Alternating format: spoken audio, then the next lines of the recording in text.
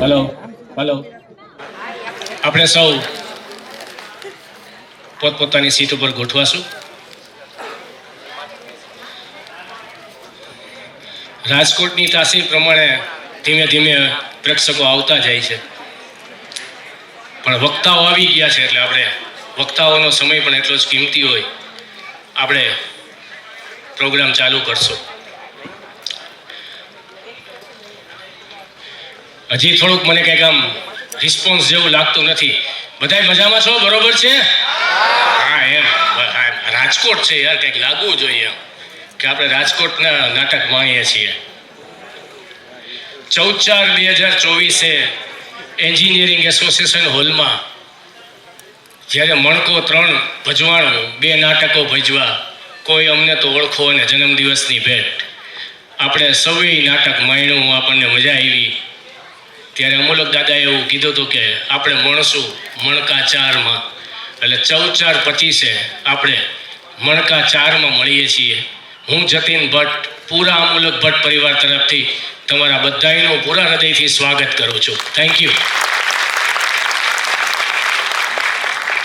અમૂલકભાઈ એક મેળાના માણસ હતા, જે 3 વર્ષથી નિયમિત પ્રોગ્રામ જોવે છે એને અંદાજ હશે કે એ મેળાના માણસ હતા. અને અમદાવાદ મોટાભાઈ રહીએ એટલે અમદાવાદ અને રાજકોટ એની આવન જાવન નિયમિત ચાલુ રહીએ. અમદાવાદમાં એક વખત હું એને મળ્યો ત્યારે એને મને એવું કીધું હતું કે હું બહુ સરસ જીવો છું, પૂરી ઉંમર થઈ છે, લીલી વાળી છે, મિત્રો મજાના છે, શિષ્યો મજાના છે, દીકરાઓ મજાના છે, એટલે જીવનમાં હવે કાંઈ બહુ એવું કાંઈ એમ છે નહીં, મેં કાંઈ પામ્યું નહીં, કંઈક મેળવું નહીં એમ, પણ મારે મોત ઉજવવું છે. એટલે તું એવું કરજે મને કે હું જ્યારે દેહ છોડું ને એટલે મને રાજકોટની અંદર તું અગ્નિદાહ આપજે, અને વિલા મોઢે મને કોઈ લઈ ન જતા, એમ રોતા કકડતા ન લઈ જતા. જનરલી આપણે એમ જ લઈ જાય ને, આપણું સ્વજન છૂટું પડ્યું હોય તો મને વિલા મોઢે ન લઈ જતા, ઢોલ નગારા હારે લઈ જાજો, અને બને તો મારા પાત્રો કોક બનજો. સાહેબ યાદ રાખજો, કેવી મોટી વાત છે કે બને તો કોક મારા પાત્રો બનજો, ડાઘુઓ ન બનતા, કોઈ મારા નાટકના પાત્રો બનજો, ઢોલ નગારા વગાડજો અને રંગે ચંગે મને લઈ જાજો. હવે બહેનું એવું કે 14/4/21 કોરોનાનો બીજો કાળ, માણસને અડતા બીતો હતો, કોઈ સ્પર્શ કરીને શ્વાસ થંભી જાય એવી દશા હતી. આપણે તો બધા ભગવાનના અને વડીલોના આશીર્વાદથી બચી ગયા છીએ એટલે અહીંયા છીએ, પણ અમૂલકભાઈ ન બચ્યા અને સદેહ આપણી વચ્ચેથી એને વિદાય લીધી. અને એની જે અંતિમ ઈચ્છા હતી કે એનું મોત ઉજવવું હતું, એનું મોત અમે ઉજવી ન શક્યા. એટલે પરિવારે નક્કી કર્યું કે ચાલો એનું મોત ન ઉજવી શકીએ પણ મોતની તિથિ તો ઉજવી શકી, એટલું તો આપણે કરીએ એમ. એટલે 14/4/2022 વિરાણી હાઈસ્કૂલ એની કર્મભૂમિની અંદર આપણે એવું નક્કી કર્યું કે એની કોઈ વિદ્યાર્થીને બોલાવી, એક નાનકડી 10-15 મિનિટની વિડીયો સીડી બનાવી અને ચાલુ કરીએ એમ. 1 વર્ષ આ જોઈએ આપણે. એટલે એની કર્મભૂમિ વિરાણી હાઈસ્કૂલની અંદર અમે એ પ્રોગ્રામ કર્યો અને આખો વિરાણી હાઈસ્કૂલનો હોલ ભરાઈ ગયો. ખુરશીઓ અમે 150-200 ગોઠવી હતી, એને બદલે 250-300 લોકો આવ્યા અને ખૂબ મજા કરી. એટલે એમ થયું કે આ પ્રવૃત્તિ આપણે આગળ ધપાવી જોઈએ, લોકોનો સાથ સહકાર આપણને સારો છે. એટલે 14/4/23 નીચે મિની થિયેટરમાં મેં એક નાટક અને આવી રીતે 3 વક્તાઓને બોલાવીને એક પ્રોગ્રામ કર્યો. ત્યારે પણ 256ની સીટમાં 350 લોકો બેઠા. તમે લોકો ઓછા તો પ્રેમીને જીંદી નથી અમારા, એટલે ત્યારે જગ્યા ટૂંકી પડી એટલે 24માં એન્જિનિયર એસોસિએશન હોલમાં બુક કરાવ્યો કે 330ની કેપેસિટી છે, બધાય સમાઈ જશે. તો ત્યારે 350 લોકો બેઠા. એટલે આનાથી મોટો હવે રાજકોટમાં ક્યાંય હોલ નથી. અને તમારા બધાનો પ્રેમ નતમસ્તક છે, અમને ખૂબ ઉત્સાહ અને ઉમંગ પ્રેરે છે, એટલે અમે આ પ્રોગ્રામ કરીએ છીએ. તો હું કેતન ભટ્ટને વિનંતી કરીશ કે 3 વક્તાઓને લઈ અને ડાયસ ઉપર આવે અને દીપ પ્રાગટ્ય કરે, સાથે પરિવારના લોકો પણ આવી જાય, દીપ પ્રાગટ્ય કરીએ. આપણે વક્તાઓને તાળીઓથી વધાવશું.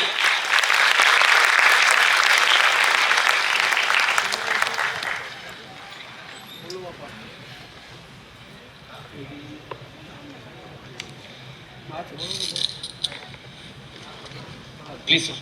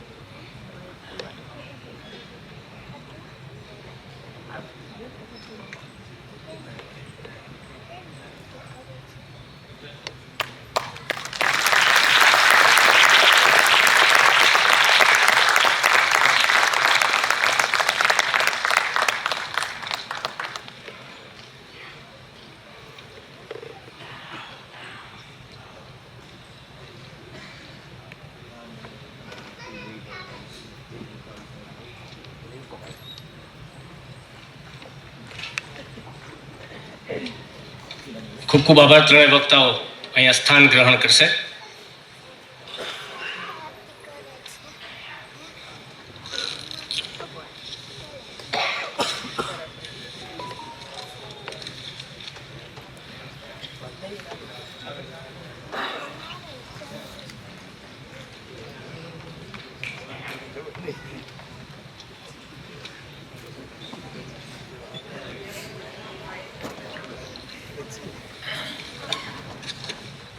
હવે મહેમાનોનો આપણે બુકેથી સ્વાગત કરશું.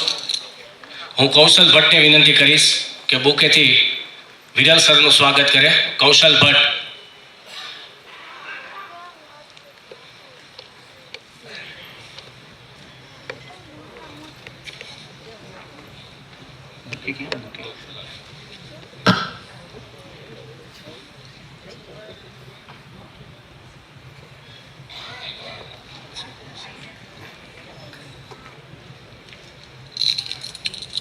તીર્થભાઈ, તમે વિરલ સરનું સ્વાગત કરો બુકેથી. તીર્થભાઈ, વિરલ સરનું સ્વાગત કરો બુકેથી.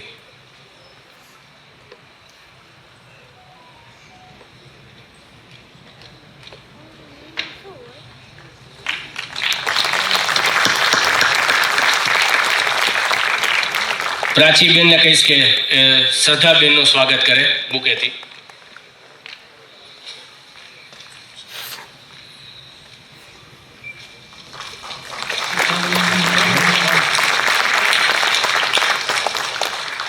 અને કૌશલભાઈને કહીશ કે તે ધરાબેનનું સ્વાગત કરે.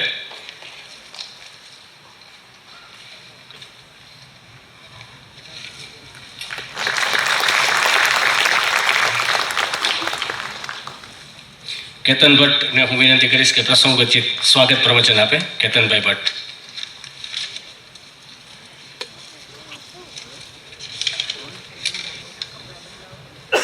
નમસ્કાર.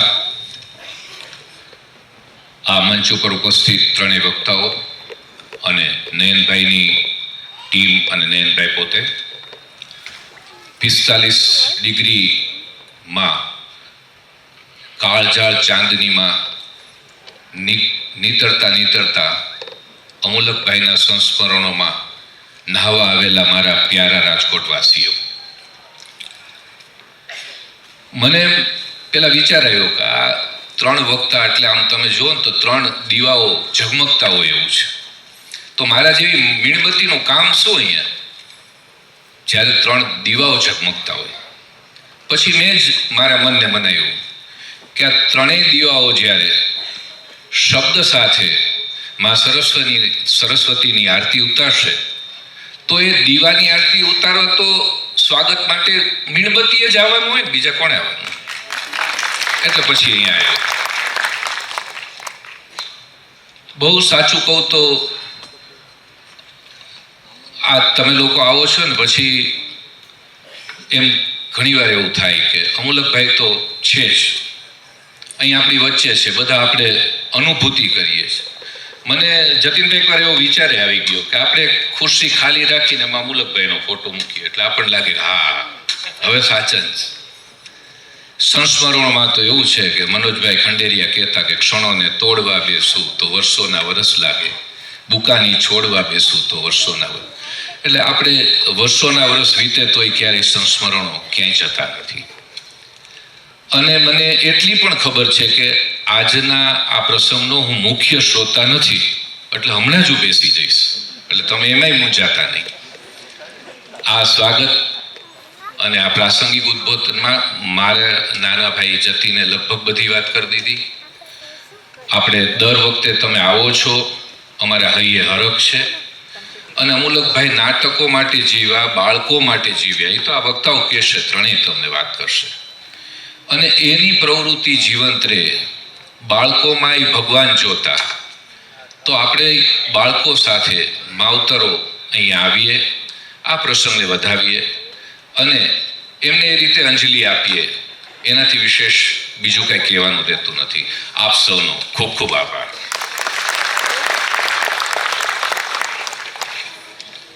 ખૂબ ખૂબ આભાર કેતનભાઈ. તમારી વાત સાંભળીને મને ખાલિદ શરીફનો એક શેર યાદ આવ્યો કે બિછડા કુછ અદા સે કે रुत बदल गई, बिछड़ा कुछ ऐसा से कि रुत बदल गई, एक शख्स सारे शहर को वीरान कर गया. એક એવી વિરલ વ્યક્તિ આપણી વચ્ચેથી વહી જાય ત્યારે એક ખાલીપો જે આપણને મળે એ ખાલીપો પૂરવો ક્યારેક અઘરો થઈ જાય છે. પણ એ વ્યક્તિ આપણી વચ્ચે છે ત્યારે આપણને ઈ પોતીકો લાગે એ વાત સાચી છે, પણ જ્યારે બીજા પાસેથી સાંભળીએ ત્રીજા પાસેથી સાંભળીએ ત્યારે ખબર પડે કે આપણે પોતીકો વ્યક્તિ ઘણા બધાનો પોતીકો હતો એમ. તો આપણે સૌપ્રથમ પહેલાં વક્તાને સાંભળીએ, શ્રદ્ધાબેનને. એ પહેલાં હું અમિતભાઈ પાઠકને વિનંતી કરીશ કે શ્રદ્ધાબેનનો પાઠ્ય પરિચય આપે. અમિતભાઈ. આભાર. એમણે કહ્યું એમ એક પોતિકા વ્યક્તિ આપણી વચ્ચે છે. લગભગ 10 વર્ષની ઉંમરથી તેઓ ચિલ્ડ્રન્સ થિયેટરમાં જોડાયા. ત્યારબાદ તેમણે ઘણા નાટકો અને શિબિરોમાં પણ કામ કરેલું છે. તેઓ દૂરદર્શન માટે 1-2 નાટકો કરેલા છે અને આકાશવાણીમાં અમુક નાટકોનું વાંચીકામ પણ કરેલું છે. એમના જીવનકાળમાં એક થોડો સમય એવો પણ આવ્યો હતો કે જ્યારે એમણે થોડો વિરામ લીધો હતો, પરંતુ કોલેજ કાળ આવ્યો અને ફરી પાછા તેઓ નાટકો સાથે જોડાયા. હાલ તેઓ વાર્તા લેખનની પ્રવૃત્તિમાં કાર્યરત છે અને ગુજરાતી સાહિત્યના માતબર સામયિકોમાં તેમની વાર્તાઓ પ્રકાશિત થાય છે. કોરોના પહેલાં 1.5 વર્ષ સુધી તેઓ દર રવિવારે વાર્તા સેશન નામની પ્રવૃત્તિ સાથે જોડાયેલા હતા, જેમાં બાળ વાર્તાઓ અને પુરાણની કથાઓ નાટકીય રીતે રજૂ કરતા કે જેથી લોકો, ખાસ કરીને બાળકો, એના પ્રત્યે રુચિ સતત રહે. વર્ષ 1992થી 1995ની વાત છે કે તેઓએ અમૂલક દાદા સાથે ચિલ્ડ્રન્સ થિયેટરમાં નાટ્ય પ્રવૃત્તિઓ કરેલ છે. આ સમયે ખાસ કરીને લાડકવાયા અને આજે આપણે જે નિહાળવા જઈ રહ્યા છીએ તે બંને નાટકો એટલે કે દે તાક દીના દિન, આ નાટકોમાં પણ ભાગ લીધેલો છે. તેઓ ખાસ કરીને સ્કૂલમાં બાળકોને વેદ પુરાણોના પાત્રોની વાર્તા કરેલ છે. આ અત્યારના અલગ અલગ પાત્રો નોડી અને છોટા ભીમ છે એમ પુરાણોના આપણા ખાસ પાત્રોને લોકો વચ્ચે મૂકી રહ્યા છે. અને તેઓએ કોલેજ કાળમાં આદરણીય ભરત ત્રિવેદી સાહેબ અહીંયા ઉપસ્થિત છે, તેમની સાથે પણ કામ કરેલું છે. તો આ તકે સ્વાગત કરીએ શ્રદ્ધા ભટ્ટ, અમૂલક દાદા જેમને શ્રદ્ધા ભટ્ટ તરીકે ઓળખતા, એ શ્રદ્ધા ભટ્ટ મુલાણીનું, કે તેઓ આવી અને વક્તવ્ય રજૂ કરે. આભાર.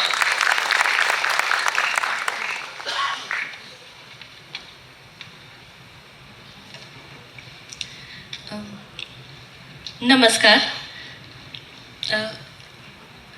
નાટક સાથેનો નાતો ઘણા વર્ષોથી છૂટી ગયો છે, પણ વાર્તા એ એક નાટક જ છે એવું મને હંમેશા લાગ્યું છે. તો હું એક વાતથી શરૂઆત કરીશ. 7મા કે 8મા ધોરણમાં ભણતી એક છોકરી, એને કંઈ પણ વાગે ને તો એના માટે બહુ સેન્સિટિવ. એને લોહી નીકળે એટલે એને એમ થાય કે ઓહો શું થઈ ગયું. એ એક જગ્યાએ રોજ સાંજે જાય, ત્યાં 2-3 કલાક વિતાવે અને પછી ઘરે આવે. એની સાથે એનો નાનો ભાઈ પણ હોય. હવે એક દિવસ એવું થયું કે એ જે જગ્યાએ જતી હતી ને ત્યાં એક મોટી સાયકલ હતી. એને મન થયું ફેરવવાનું. એને સાયકલ ફેરવી અને એ પડી. પગમાં મોટો બધો ચીરો પડ્યો. લોહી સતત ચાલે જાય. ઘરે પહોંચવું ટાઈમસર જરૂરી હતું. રસ્તામાં એણે એના ભાઈને સતત કીધા કર્યું કે ઘરે આ વાતની કોઈને ખબર પડી તો તારી ખેર નથી. ઘરે પહોંચી, કપડાં બદલ્યા, જમવાનું થયું, બધું જ પત્યું. આ બધામાં આશરે 2 કલાક જેવો સમય જતો રહ્યો. ત્યાં જે જગ્યાએ એ જતી હતી ત્યાંથી એક વ્યક્તિ ઘરે આવી આના ખબર પૂછવા. હવે જ્યારે એ ઘરે આવી ત્યારે ઘરના બધાને ખબર પડી કે આને આટલું બધું વાગી ગયું છે. સ્ટીચીસ લેવા પડે એટલો મોટો ચીરો પડેલો. ઘરે શું કામ નહોતું કીધું? ઘરે જો કે તો જ્યાં સુધી ઠીક ન થાય ત્યાં સુધી એ પ્રવૃત્તિ બંધ થઈ જાય. એ છોકરીને એ પ્રવૃત્તિમાં એટલી બધી મજા આવતી હતી કે એને આ ચીરો કે એને જે વાગ્યું છે એ એને ઘરે ઘરમાં ન કીધું. આ જે પ્રવૃત્તિ હતી એનું નામ છે ચિલ્ડ્રન્સ થિયેટર. અને એ જે છોકરી એ હું. મારા મમ્મી પપ્પાને ત્યારે એટલી બધી નવાઈ લાગી કે જે છોકરી થોડુંક અમથું લોહી નીકળે એમાં આખું ઘર માથે લઈ લે, એને આવડો મોટો ચીરો લગભગ 4 કલાક સહન સુધી એનું જે દુઃખ થતું, દર્દ હતું એ સહન કર્યું. કેમ? તો કે જો કહી દઈશ તો કાલથી મમ્મી નહીં મોકલે. ચિલ્ડ્રન્સ થિયેટર એ મારા માટે એક એવું સ્થાન હતું જ્યાં હું મજા કરવા જતી. પહેલી વાર જ્યારે ત્યાં ગઈ ને ત્યારે દાદા હાર્મોનિયમ પર બેસીને ઉમાશંકર જોશીનું ભોમિયા વિના મારે ભંભાતા ડુંગરા એ ગીત ગાતા હતા અને કુંડાળું વળીને બધા જે બેઠા હતા એનો સૂર ઝીલતા હતા. હવે આ ગીત ભણેલું હતું પણ એને આવી રીતે સૂરમાં ગાઈને કોઈ સંભળાવે એ વાત જ મારા માટે નવી હતી. એટલે મને તો મજા પડી ગઈ. ત્યાં ગઈ, બધું પત્યું. પછી દાદા મારી પાસે આવ્યા. મને કે તને ખબર છે તું અહીંયા શું કરવા આવી છે? એટલે મેં કીધું મજા કરવા. હવે હું ત્યારે કદાચ 5મું કે 6ઠું ભણતી હતી. ત્યાં જઈને મારે નાટકની કારીગરી કે નાટકની ઝીણવટભરી વાતો શીખવાની છે એવું મારા મનમાંય નહોતું. દાદાને મજા આવી. દાદા કે જો તારી મજામાં હું અડવાઉં ને તો મને ટોકી દેજે, બાકી મજા કરવાનું છોડતી નહીં. તો ત્યાં મેં જેટલો સમય ગાળ્યો છે એટલો સમય મજા જ કરી છે. નાટક શીખ્યું કે નાટકની અલગ અલગ કારીગરીઓ શીખી એવું ક્યારેય મનમાં આવ્યું નથી. દાદાએ ક્યારેય એવું લાગવા પણ નથી દીધું. નાટક વિશે કે નાટકની કારીગરીઓ કે બારીકીઓ વિશે વાત કરવા માટે મારી પાસે છે ને નાટકનો એટલો બધો બહોળો અનુભવ નથી. મારી પાસે દાદા સાથે વિતાવેલી ક્ષણો છે. દાદા ઇમ્પ્રોવાઇઝેશન કરાવતા કે અલગ અલગ નવરસના અલગ અલગ એક્સપ્રેશન્સ આપતા. એ બધું જ કેવું છે કે એ રમતમાં જ શીખ્યું છે. કોલેજ પછી જ્યારે મેં પ્રોફેશનલ ડ્રામા શરૂ કર્યું એની પાછળ પણ દાદાનો હાથ. એમનો એક વખત ફોન આવ્યો હતો. હું હજી કંઈ બોલું એ પહેલાં તો એણે કીધું કે હું ના નહીં સાંભળું, એક એડ્રેસ આપું છું, ત્યાં જઈને મળી લેવાનું છે અને એ જે કામ આપે એ કરવાનું જ છે. તો મારું નાટક છૂટ્યું પછી ફરી પાછું નાટક તરફ વાળવા માટેનો ફાળો પણ દાદાનો. લગ્ન કરીને ગઈ એ પછી એમને મળવાનું છૂટ્યું, પણ ચિલ્ડ્રન્સ થિયેટર મૂક્યું એ પછી એક આમ કહેવાય ને કે નિયમ થઈ ગયેલો કે ગુરુ પૂર્ણિમાને દિવસે દાદાને મળવા જવાનું એટલે જવાનું જ. હું અને મારો ભાઈ અમે બંને જતા. નાનું એવું પેંડાનું બોક્સ લઈને જઈએ અને એમની સાથે બેસીને વાતો કરીએ. એટલે દાદા ત્યારે બધાનું પૂછે કે આ ક્યાં છે, આ શું કરે છે, આના કઈ ખબર છે. મારી સાથે જેટલા પણ એટલે મને જેની ખબર હોય એની હું વાત કરું. ત્યારે દાદા એવું કહેતા કે બધા પોતપોતાના બિઝી થઈ ગયા છે, બરાબર છે, એક તું છે જે રેગ્યુલર આવે છે. એટલે ત્યારે તો મેં કહી દીધું હતું કે દાદા ગમે તે થાય હું તો આવીશ જ, તમે ના પાડશો તોય આવીશ. પણ સમય આવ્યો એવો કે આ જે મેં મનોમન કરેલો વાયદો અને દાદાને કરેલો વાયદો એ પાડી ના શકાયો. કારણ કે લગ્ન કરીને રાજકોટની બહાર જતી રહી એટલે પછી સંપર્ક તૂટી ગયો.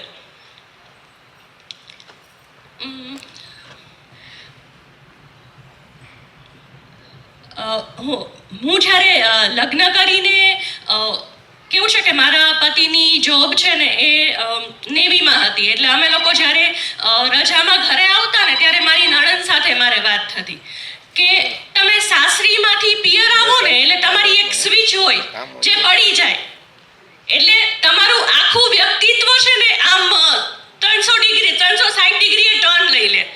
તમને પોતાની ખબર પડે અને તમારા પિયરમાં જે બધા હોય ને એને ખબર પડે કે ઓહો સાસરીમાં આને મેં જોઈ હતી એના કરતાં આ ઘણી અલગ છે.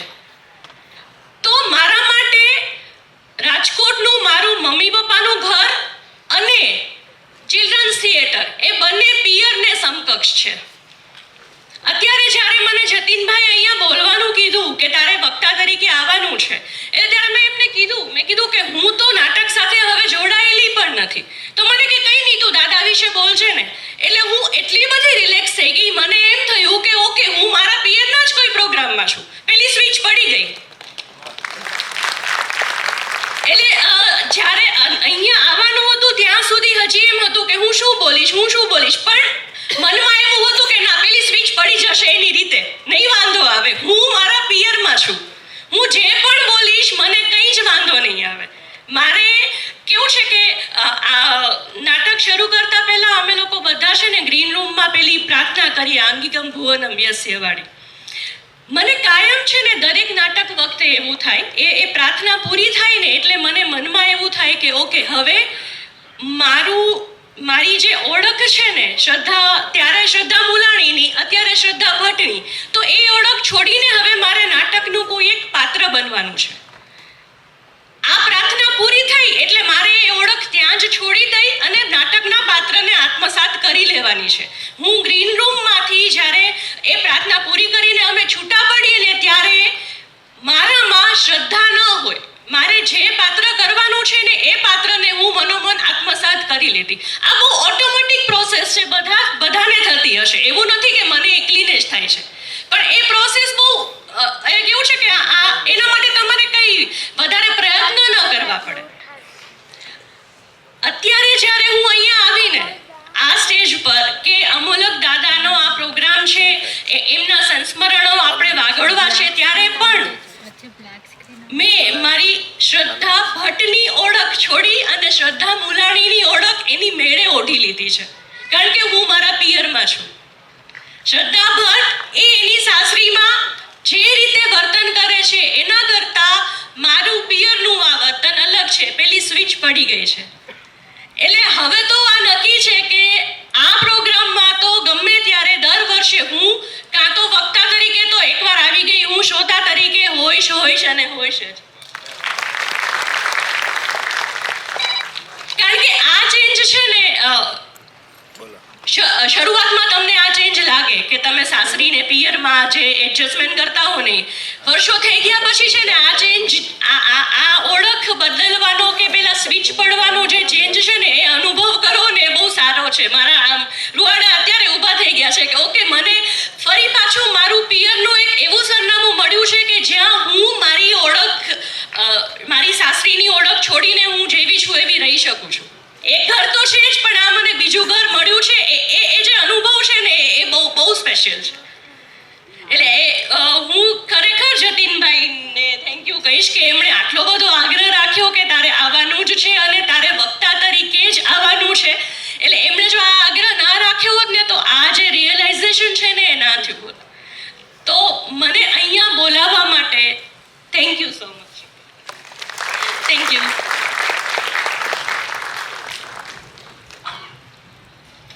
ખૂબ ખૂબ આભાર શ્રદ્ધાબેન.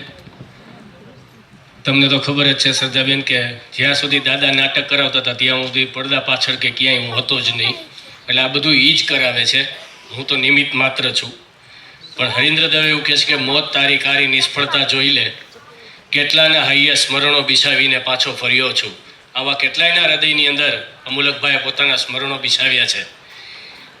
શ્રદ્ધાબેનને એક વાત એ કહેવાની રહી, ભૂલી ગયા કે એ સવારના પોરમાં એના મમ્મી પપ્પા બે સર્વિસ ઓરિએન્ટેડ વ્યક્તિ હતા. એટલે સવારના પોરમાં એને અને નાના ભાઈ વિશ્વાસને સ્કૂટર ઉપર આવે ને ઘરે મૂકી જાય અને પછી કશું બોલ્યા વગર એ નીકળી જાય. પછી એ બે ભાઈઓ ભાઈ બહેન આખો દિવસ ઘરમાં નાટક કરે અને અમે જોઈએ. એટલે એને પિયર જેવી અનુભૂતિ થાય બહુ સ્વાભાવિક છે. કારણ કે પપ્પા જ્યારે કોઈ પણ બાળક સાથે નાટક કરે ત્યારે બાળક તો બની જ જતા. પપ્પા જમતા હોય તો છોકરાઓ ભેગા જમવાય બેસી જાય. પપ્પા જે કરતો હોય એની ભેગી પ્રવૃત્તિમાં છોકરા જોડાઈ જતા. એટલે એને કોઈ દી એવું લાગ્યું નથી કે હું ક્યાંક નાટક શીખવા જાઉં છું કે હું કંઈક કરવા જાઉં છું. એટલે એને જે પિયરની અનુભૂતિ થાય છે એ બહુ સ્વાભાવિક છે. હવે આપણે બીજા વક્તા એવા જ ધરાબેનને બોલાવીએ, પણ પહેલાં હું જિજ્ઞાબેનને વિનંતી કરીશ કે એનો પાત્ર પરિચય આપે.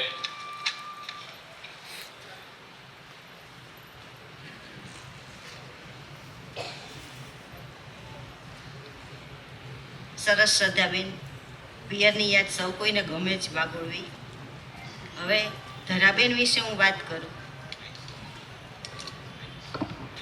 ધરાબેન વિશે વાત કરું તો બહુ ટૂંકમાં કહું તો 1988થી દાદા સાથે ચિલ્ડ્રન્સ થિયેટરમાં જોડાયેલા ને જ્યારે 96માં મારા મેરેજ થયા ત્યારે ફ્રોક પહેરીને મારી ફરતા ભાભી હું આવીશું, હવે તમે શું કરો છો, ચાલો હું તમારી સાથે ઊભી રહું. હું આ જો ખાલી નિરીક્ષણ કર્યા કરે પણ ફરતા ફર્યા કરે ને પછી દાદા બોલાવે એટલે ડાયાથી બેસી જાય દાદા પાસે, પણ થોડીક વારમાં પાછા ભાભી કરતા.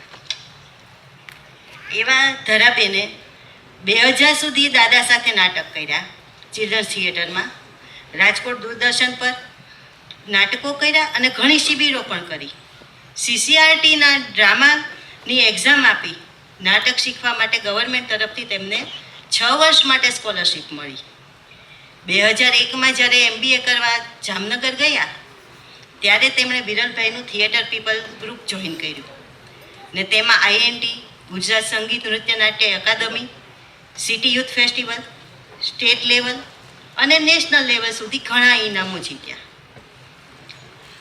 2004-05માં દર્પણ એકેડમી જોઈન કરી, ત્યાં પણ સુંદર નાટકો કર્યા. 2005માં મુંબઈમાં લગ્ન થયા અને આ પ્રવૃત્તિમાં થોડોક બ્રેક આવ્યો, પરંતુ 3 વર્ષના બ્રેક પછી ફરી ત્યાં ગુજરાતી ભાષામાં ચિલ્ડ્રન્સ થિયેટર શરૂ કર્યું જે હજી પણ ચાલે છે અને એમ કહું તો દાદાની પ્રવૃત્તિ એમણે જીવંત રાખી છે. છેલ્લા 2 વર્ષથી ફરીથી એક્ટિંગ કેરિયર ચાલુ કરી છે, જેમાં ad films, short films, movie અને G5 પરની વેબ સિરીઝ પણ કામ કર્યું છે. તો આવા ધરાબેનને આપણે હવે સાંભળીએ. હું એમની વિશે વધારે ન કહેતા, એમના મોઢે જ આપણે સાંભળીએ. આવો ધરાબેન.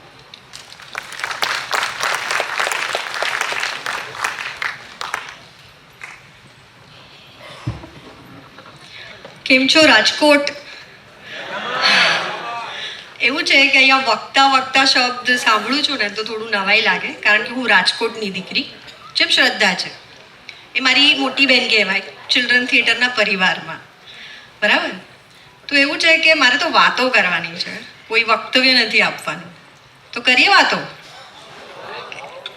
અને શ્રદ્ધા, મને બહુ જ ઈચ્છા આવી છે, અમુક વસ્તુ તારી સાથે એવી થઈ છે જે દાદાએ મારી સાથે નથી કરી. એટલે હા, એ આજે જ મને ખબર પડી. દાદા હોત તો હું કદાચ ઝઘડત એમની સાથે. તો એવું છે કે દાદાને છેલ્લી ક્ષણોમાં ઘણા બધાએ જોયા હશે, ઘણા બધા મળ્યા હશે એમને, અને બહુ બધી લાઈક એ રિટાયર થયેલા હતા, ક્યારેક ઘરે લોકો મળવા જતા હશો. પણ મને દાદાને, મારે જ્યારે એમને યાદ કરવાના હોય ને ત્યારે મને એક દ્રશ્ય યાદ આવે. મારી સાથે બધા રહેજો, આપણે આ દ્રશ્યને જોવાનું છે. રાષ્ટ્રીય શાળાના દરવાજા પાસે હું ઊભી હતી અને એક મોટી ઘોડો સાયકલ કહેતા ને આપણે, સાયકલ પર એક વ્યક્તિ આવી, ખાદીનો જબ્બો પહેર્યો હતો અને એક નોર્મલ ફોર્મલ પેન્ટ પહેર્યું હતું. એમનું મોઢું આખું ગુલાબી હતું ને કપાળ થોડું મોટું, બહુ જ તેજ મારે, વાટડિયા વાળ હતા અને ટટ્ટાર શરીર, એક ખભા પર થેલો હતો. સાયકલ પરથી ઉતર્યા. એ પહેલો દિવસ હતો મારા ભાઈનો ચિલ્ડ્રન થિયેટરમાં, અને એણે કીધું આ મારા સર છે. તો સર આવા હોય, આપણી સ્કૂલના તો ટીચર સર આવા નથી હોતા, આ તો કંઈક અલગ છે. પણ હતું એવું કે એડમિશન મારા ભાઈનું હતું, મારું નહોતું લીધું. એ બહુ તોફાની હતો, એટલે પપ્પાને છાપામાં મમ્મી પપ્પાએ જોયું કંઈક એડવર્ટાઇઝમેન્ટ આવી છે, આવી રીતે ચિલ્ડ્રન થિયેટર કરીને કોઈ સંસ્થા છે. તો મારા પપ્પાએ એની તોફાનની એનર્જીને ચેનલાઇઝ કરવા માટે ત્યાં એડમિશન લીધું. પણ હું એની સાથે રોજ સ્કૂલે સાથે આવું જાઉં તો એ મને ક્યાં મૂકે, એટલે મને સાથે લઈ ગયો. બધા જ છોકરાઓ દાદાની પાછળ અંદર ગયા, હું ના ગઈ. મારું તો એડમિશન નહોતું લીધું ને, કારણ કે હું તોફાની નહોતી, એટલે પપ્પાએ એડમિશન લીધું નહીં, બરાબર છે.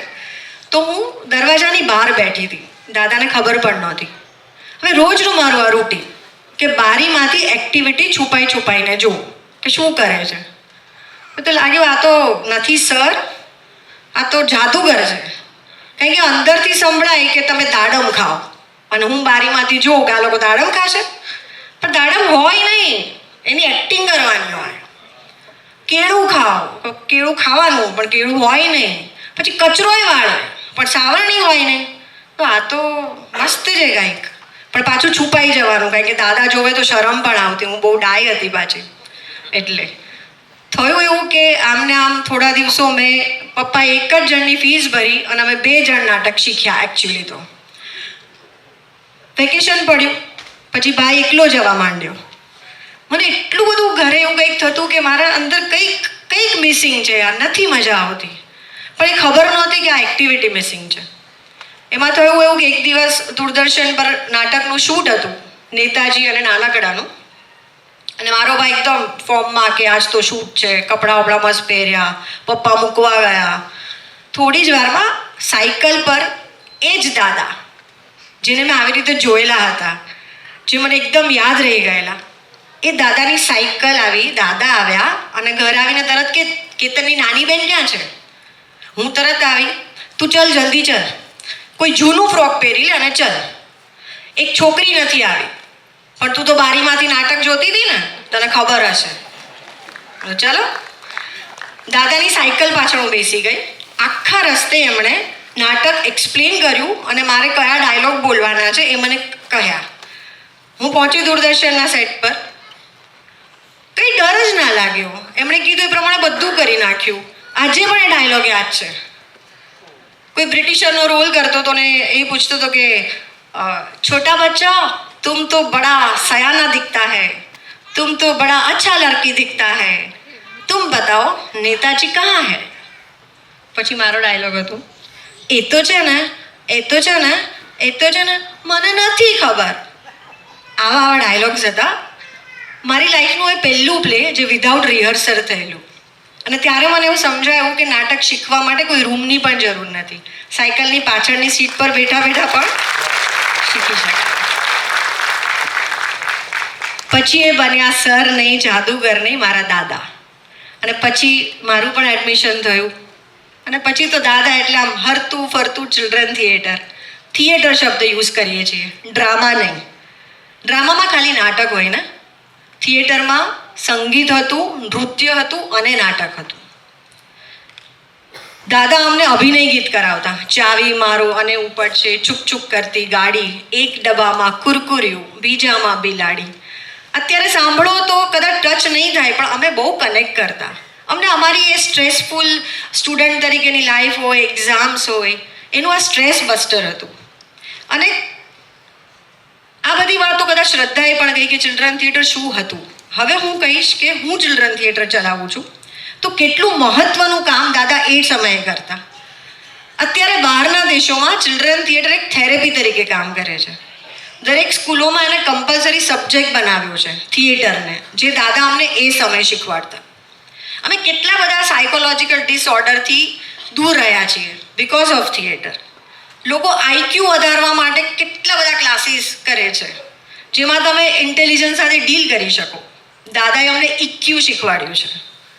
અમે અમારી ઇમોશનલ પ્રોબ્લેમ સાથે બહુ જ સરળતાથી ડીલ કરી શકીએ છીએ. એ ત્યારે અમને ખબર નહોતી કે અમને દાદાના થિયેટરે શીખવાડ્યું છે. ત્રીજી વસ્તુ, અત્યારે બહુ જ એક મોટો કન્સેપ્ટ ચાલી રહ્યો છે કે એક જ છતની નીચે, એક જ રૂફની નીચે multi activity, OGC, overall growth centre. આવા કોઈ જ મોટા મથાળા નહોતા આપતા દાદા, પણ દાદાનું એ સમયે 1988માં પણ ઓજીસી હતું. કેટલી પ્રવૃત્તિ થતી. હા, નાટક, નૃત્ય, સંગીત, અલગ અલગ, કોઈ પેઇન્ટિંગ શીખવાડવા ક્યારેક આવે, કોઈ ક્યારેક તમને હિન્દી ભાષાના ડિક્શન કરાવવા માટે આવે, કોઈ ક્યારેક રેડિયો નાટક સમજાવવા માટે આવે, કોઈ ક્યારેક જાદુગરના શો પણ હોય. કેટલું બધું ત્યાં થતું હતું. અમે કેટલું બધું શીખ્યા છીએ. અને એ અત્યારે રિયલાઇઝ થાય છે જ્યારે અમે કોઈ સાથે વાતો કરીએ કે અમારી પાસે કેટલા બધા સબ્જેક્ટનો નોલેજ છે બેઝિક, પણ દાદાના લીધે છે. દાદાનો એ ઘર કિલ્લોલ, બરાબર? એ કિલ્લોલના ઘરમાં તો કેતનભાઈ, જતીનભાઈ એવું જ લાગે ભાઈ છે. એક મોટો ભાઈ જે બધા પ્રોબ્લેમનું સોલ્યુશન આપે, અને એક નાનો ભાઈ જે 10 વર્ષની છોકરીને બા કહીને બોલાવે.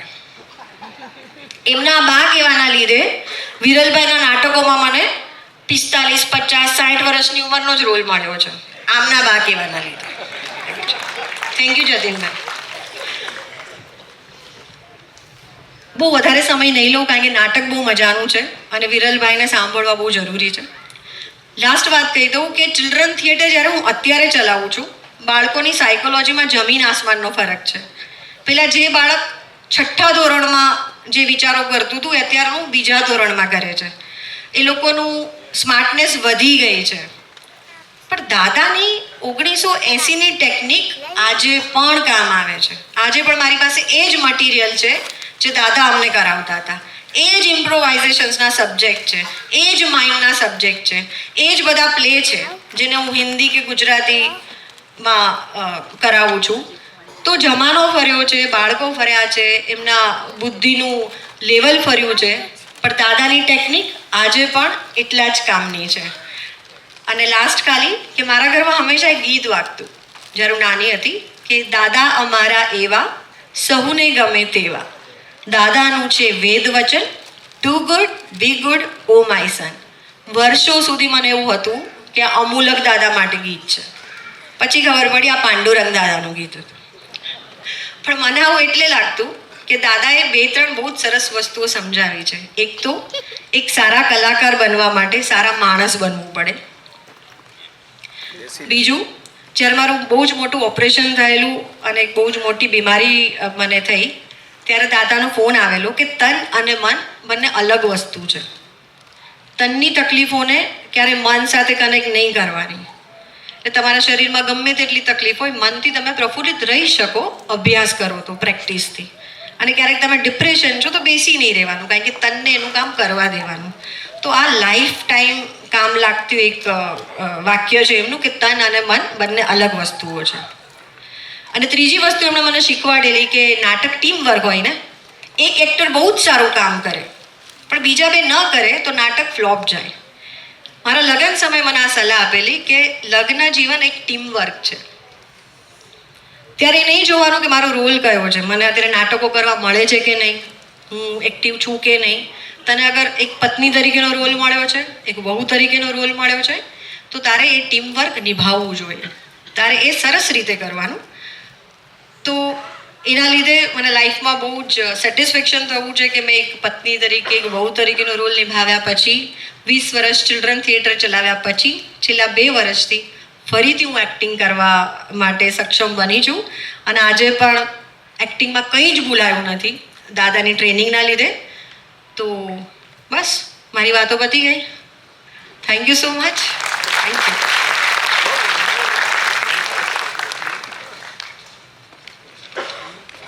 ખૂબ ખૂબ આભાર ધરાબેન. ધરાબેન એનું એક વ્યક્તિત્વની એક વાત કરતાં ભૂલી ગઈ જે મને બહુ વ્યવસ્થિત રીતે યાદ છે. ભલે હું ત્યારે નાટકનો માણસ નહોતો કે આસપાસનો પ્રેક્ષકે નહોતો. એક વખત ક્યાંક એક પ્રોગ્રામ ચાલુ હતો અને ઓર્ગેનાઇઝરે અચાનક પપ્પાને એવું કીધું કે ભાઈ 5 મિનિટનો ગેપ પડે છે, મહેમાનોને આવતા વાર લાગશે, તો આપણે કંઈક કરીએ 5 મિનિટમાં જેથી પ્રેક્ષકો કંટાળે નહીં. એમ પપ્પા કે કાંઈ વાંધો નહીં. એટલે ધરા પાસે આવ્યા નહીં કે જા સ્ટેજ ઉપર જા કંઈક 5 મિનિટનું કરતી આવ. ધરા કે પણ એવું તો કંઈ પ્રોગ્રામમાં છે જ નહીં, નથી તો કરતી આવ. અને એ છોકરી ગઈ સ્ટેજ ઉપર અને આપણે જો વાંચ્યું હોય નાનપણમાં 2 રૂપિયાની નોટ આનંદીવાળી, એનું એ માયમ કરીને આવી અને તાળીઓના ગડગડાટ એને સ્વીકાર્યા અને આખા પ્રોગ્રામ એને સૌથી વધુ ક્લેપિંગ મળ્યું. હવે આવા શિષ્યો જેની પાસે હોય એનું જીવન તો કેવું હોય કે પગલુંય પૂજવાનું મન થાય એવું ગમન હોવું જોઈએ. પગલુંય પૂજવાનું મન થાય એવું ગમન હોવું જોઈએ. સમજાય છે? કેવું જીવન હોવું જોઈએ. આવી વ્યક્તિના કારણે આજે મારોય શોખ પૂરો થાય છે. હવે પછીના જે વક્તાને બોલાવવા છે એની યારે હું સ્ટેજ ઉપર ઊભો છું, નથી મારી કોઈ હેસિયત, મારી કોઈ એવી ઓકાત નથી કે એ વ્યક્તિની સાથે હું સ્ટેજ સાજા કરી શકું.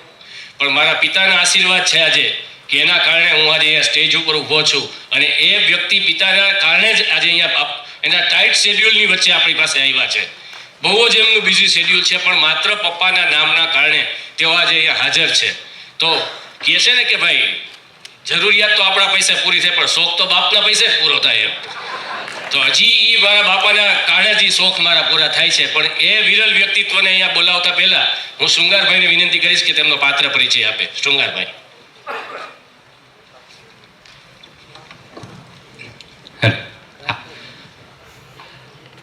બાળપણની મોજ અને બાળપણની ગેર મળત જો પાછી તો કદાચ જીવી લેત અને જીતી લેત, કારણ કે સાચું તો ત્યારે જ જીવ્યા કે જ્યારે કદાચ કોઈ આંકડો કે કોઈ હિસાબ ખોટો પડે ને તો માસ્તર ખાલી 2-4 માર્ક કાપી લેત, વધુ કંઈ ના થાય. આ બાળપણની જ્યારે આટલી બધી વાતો ચાલે છે, અમૂલક દાદાની વાતો ચાલે છે, અને આપણને જેટલા રંગકર્મીઓ છે એમને ખાસ ખબર છે કે થિયેટર એ બાળકો માટે કેટલું જરૂરી છે, કે એમનું વ્યક્તિત્વ કેટલું નિખારી શકે છે. તો એવી રીતે કે જ્યારે અમૂલક દાદા એટલી બધી આપણને ટીચિંગ્સ આપી છે, બાળકોને એટલું શીખવ્યું છે, ત્યારે અમે જેટલું વિરલ સર પાસેથી શીખીએ છીએ એની થોડી ઘણી વાતો મારે કરવાની છે. કે આ એક એવું વ્યક્તિ છે કે જેને પ્રોફેશન અને પેશનને પ્રોપર બેલેન્સ કરતા ફાવ્યું છે. એ પ્રોફેશનલી એક એડવોકેટ છે, બટ પેશનેટલી એ થિયેટર પ્રત્યે જોડાયેલા છે, અને છેલ્લા લગભગ 4 દાયકાઓથી આ કરતા આવ્યા છે. કે એમના માટે કદાચ કહું ને તો ખોટું ન લાગે કે दोनों जहां का मुकद्दर संभालता है ये शख्स, दोनों जहां का मुकद्दर संभालता है ये शख्स, हाथों में कानून और दिल में रंगमंच रखता है.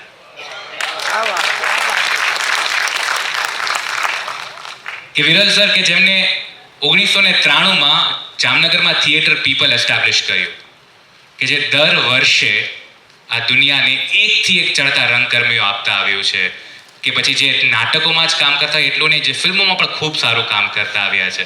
અને એમના જ નાટકો ખાલી ઇન્ડિયા નહીં, દુનિયામાં લોકોની સરાહના મેળવતા આવ્યા છે. વિરલ સરના નાટકો કે જેમાં એમને કદાચ ડિરેક્ટ કરેલા હોય, એક્ટ કરેલા હોય, એવા ઓલમોસ્ટ 70થી વધુ નાટકો છે કે જે INT હોય, ચિત્રલેખા હોય, ગુજરાત રાજ્ય નાટક સાહિત્ય અકાદમીના કોઈ કોમ્પિટિશન હોય, એ બધી જગ્યાએ તો જીતતા આવ્યા જ છે. સાથે સાથે 2010માં એમનું નાટક અગ્નિશિખા એને નેશનલ યુથ ફેસ્ટિવલ ભુવનેશ્વર પહેલી વાર કોઈ ગુજરાતી નાટક હતું કે જેને ગોલ્ડ મેડલ મળ્યો હતો. કદાચ if I am not wrong આજ સુધી એકમાત્ર એ નાટક ગુજરાતી નાટક રહ્યું છે. તો થેન્ક યુ ફોર ધેટ. આની સાથે સાથે ઇન્ડિયામાં બનેલ, અને બહુ પ્રાઉડલી કહે છે કે ઇન્ડિયામાં શ્રી કૃષ્ણના જીવન ઉપર આધારિત રાજાધિરાજ જે લાઈવ મ્યુઝિકલ ડ્રામા છે, સર એના ક્રિએટિવ પ્રોડ્યુસર રહ્યા છે. અને એની સાથે સાથે કે આ નાટકો મુંબઈ, દિલ્હી તો સહિત દુબઈમાં પણ આના શોઝ થઈ ગયા છે, કે જ્યાં આખું દુબઈ શ્રી કૃષ્ણના ગીતો ઉપર નાચ્યું છે. આપણા શહીદોના જીવન પર બનેલ વીરાંજલિ 1, વીરાંજલિ 1.5, 2.0 કે જેમાં 200થી વધારે કલાકાર અને કસબીઓ મહેનત કરતા હોય છે, એનું ડિરેક્ટર વિરલ સર 2022થી સંભાળતા આવ્યા છે. હવે આવા વ્યક્તિને જો કદાચ 2007માં ગુજરાત રાજ્ય નાટક અકાદમીમાંથી થિયેટર માટે ગૌરવ પુરસ્કાર અને યંગેસ્ટ અચીવર જેને કહેવામાં આવે, તો આ વ્યક્તિ એનો પૂરેપૂરો હકદાર છે. ન્યૂ જર્સીમાં જ્યારે એમને ગ્લોબલ ગુજરાતીનો એવોર્ડ આપવામાં આવે તો Viral sir is truly deserving for this. અને એમની સાથે કામ કર્યા પછી હું કહી શકું છું કે એ જ્યારે કામ કરતા હોય ત્યારે એમને જોવા એક લાવો છે. એમની વાર્તાઓ અને વાતો સાંભળી, દેટ્સ અ સોનિક ટ્રીટ. અને I feel blessed, I feel thankful sir that every time you trust upon us. અમને તમારી સાથે કામ કરવાનો મોકો મળતો રહે છે, અને એવરી ટાઈમ તમે જ્યારે માઇક લ્યો છો ત્યારે અમને ખૂબ મજા આવે છે, અને આઈ એમ શ્યોર આજે લોકોને પણ મજા આવશે. તો without wasting much of a time I would please request mister Viral Raj sir to take upon the mike and honor it.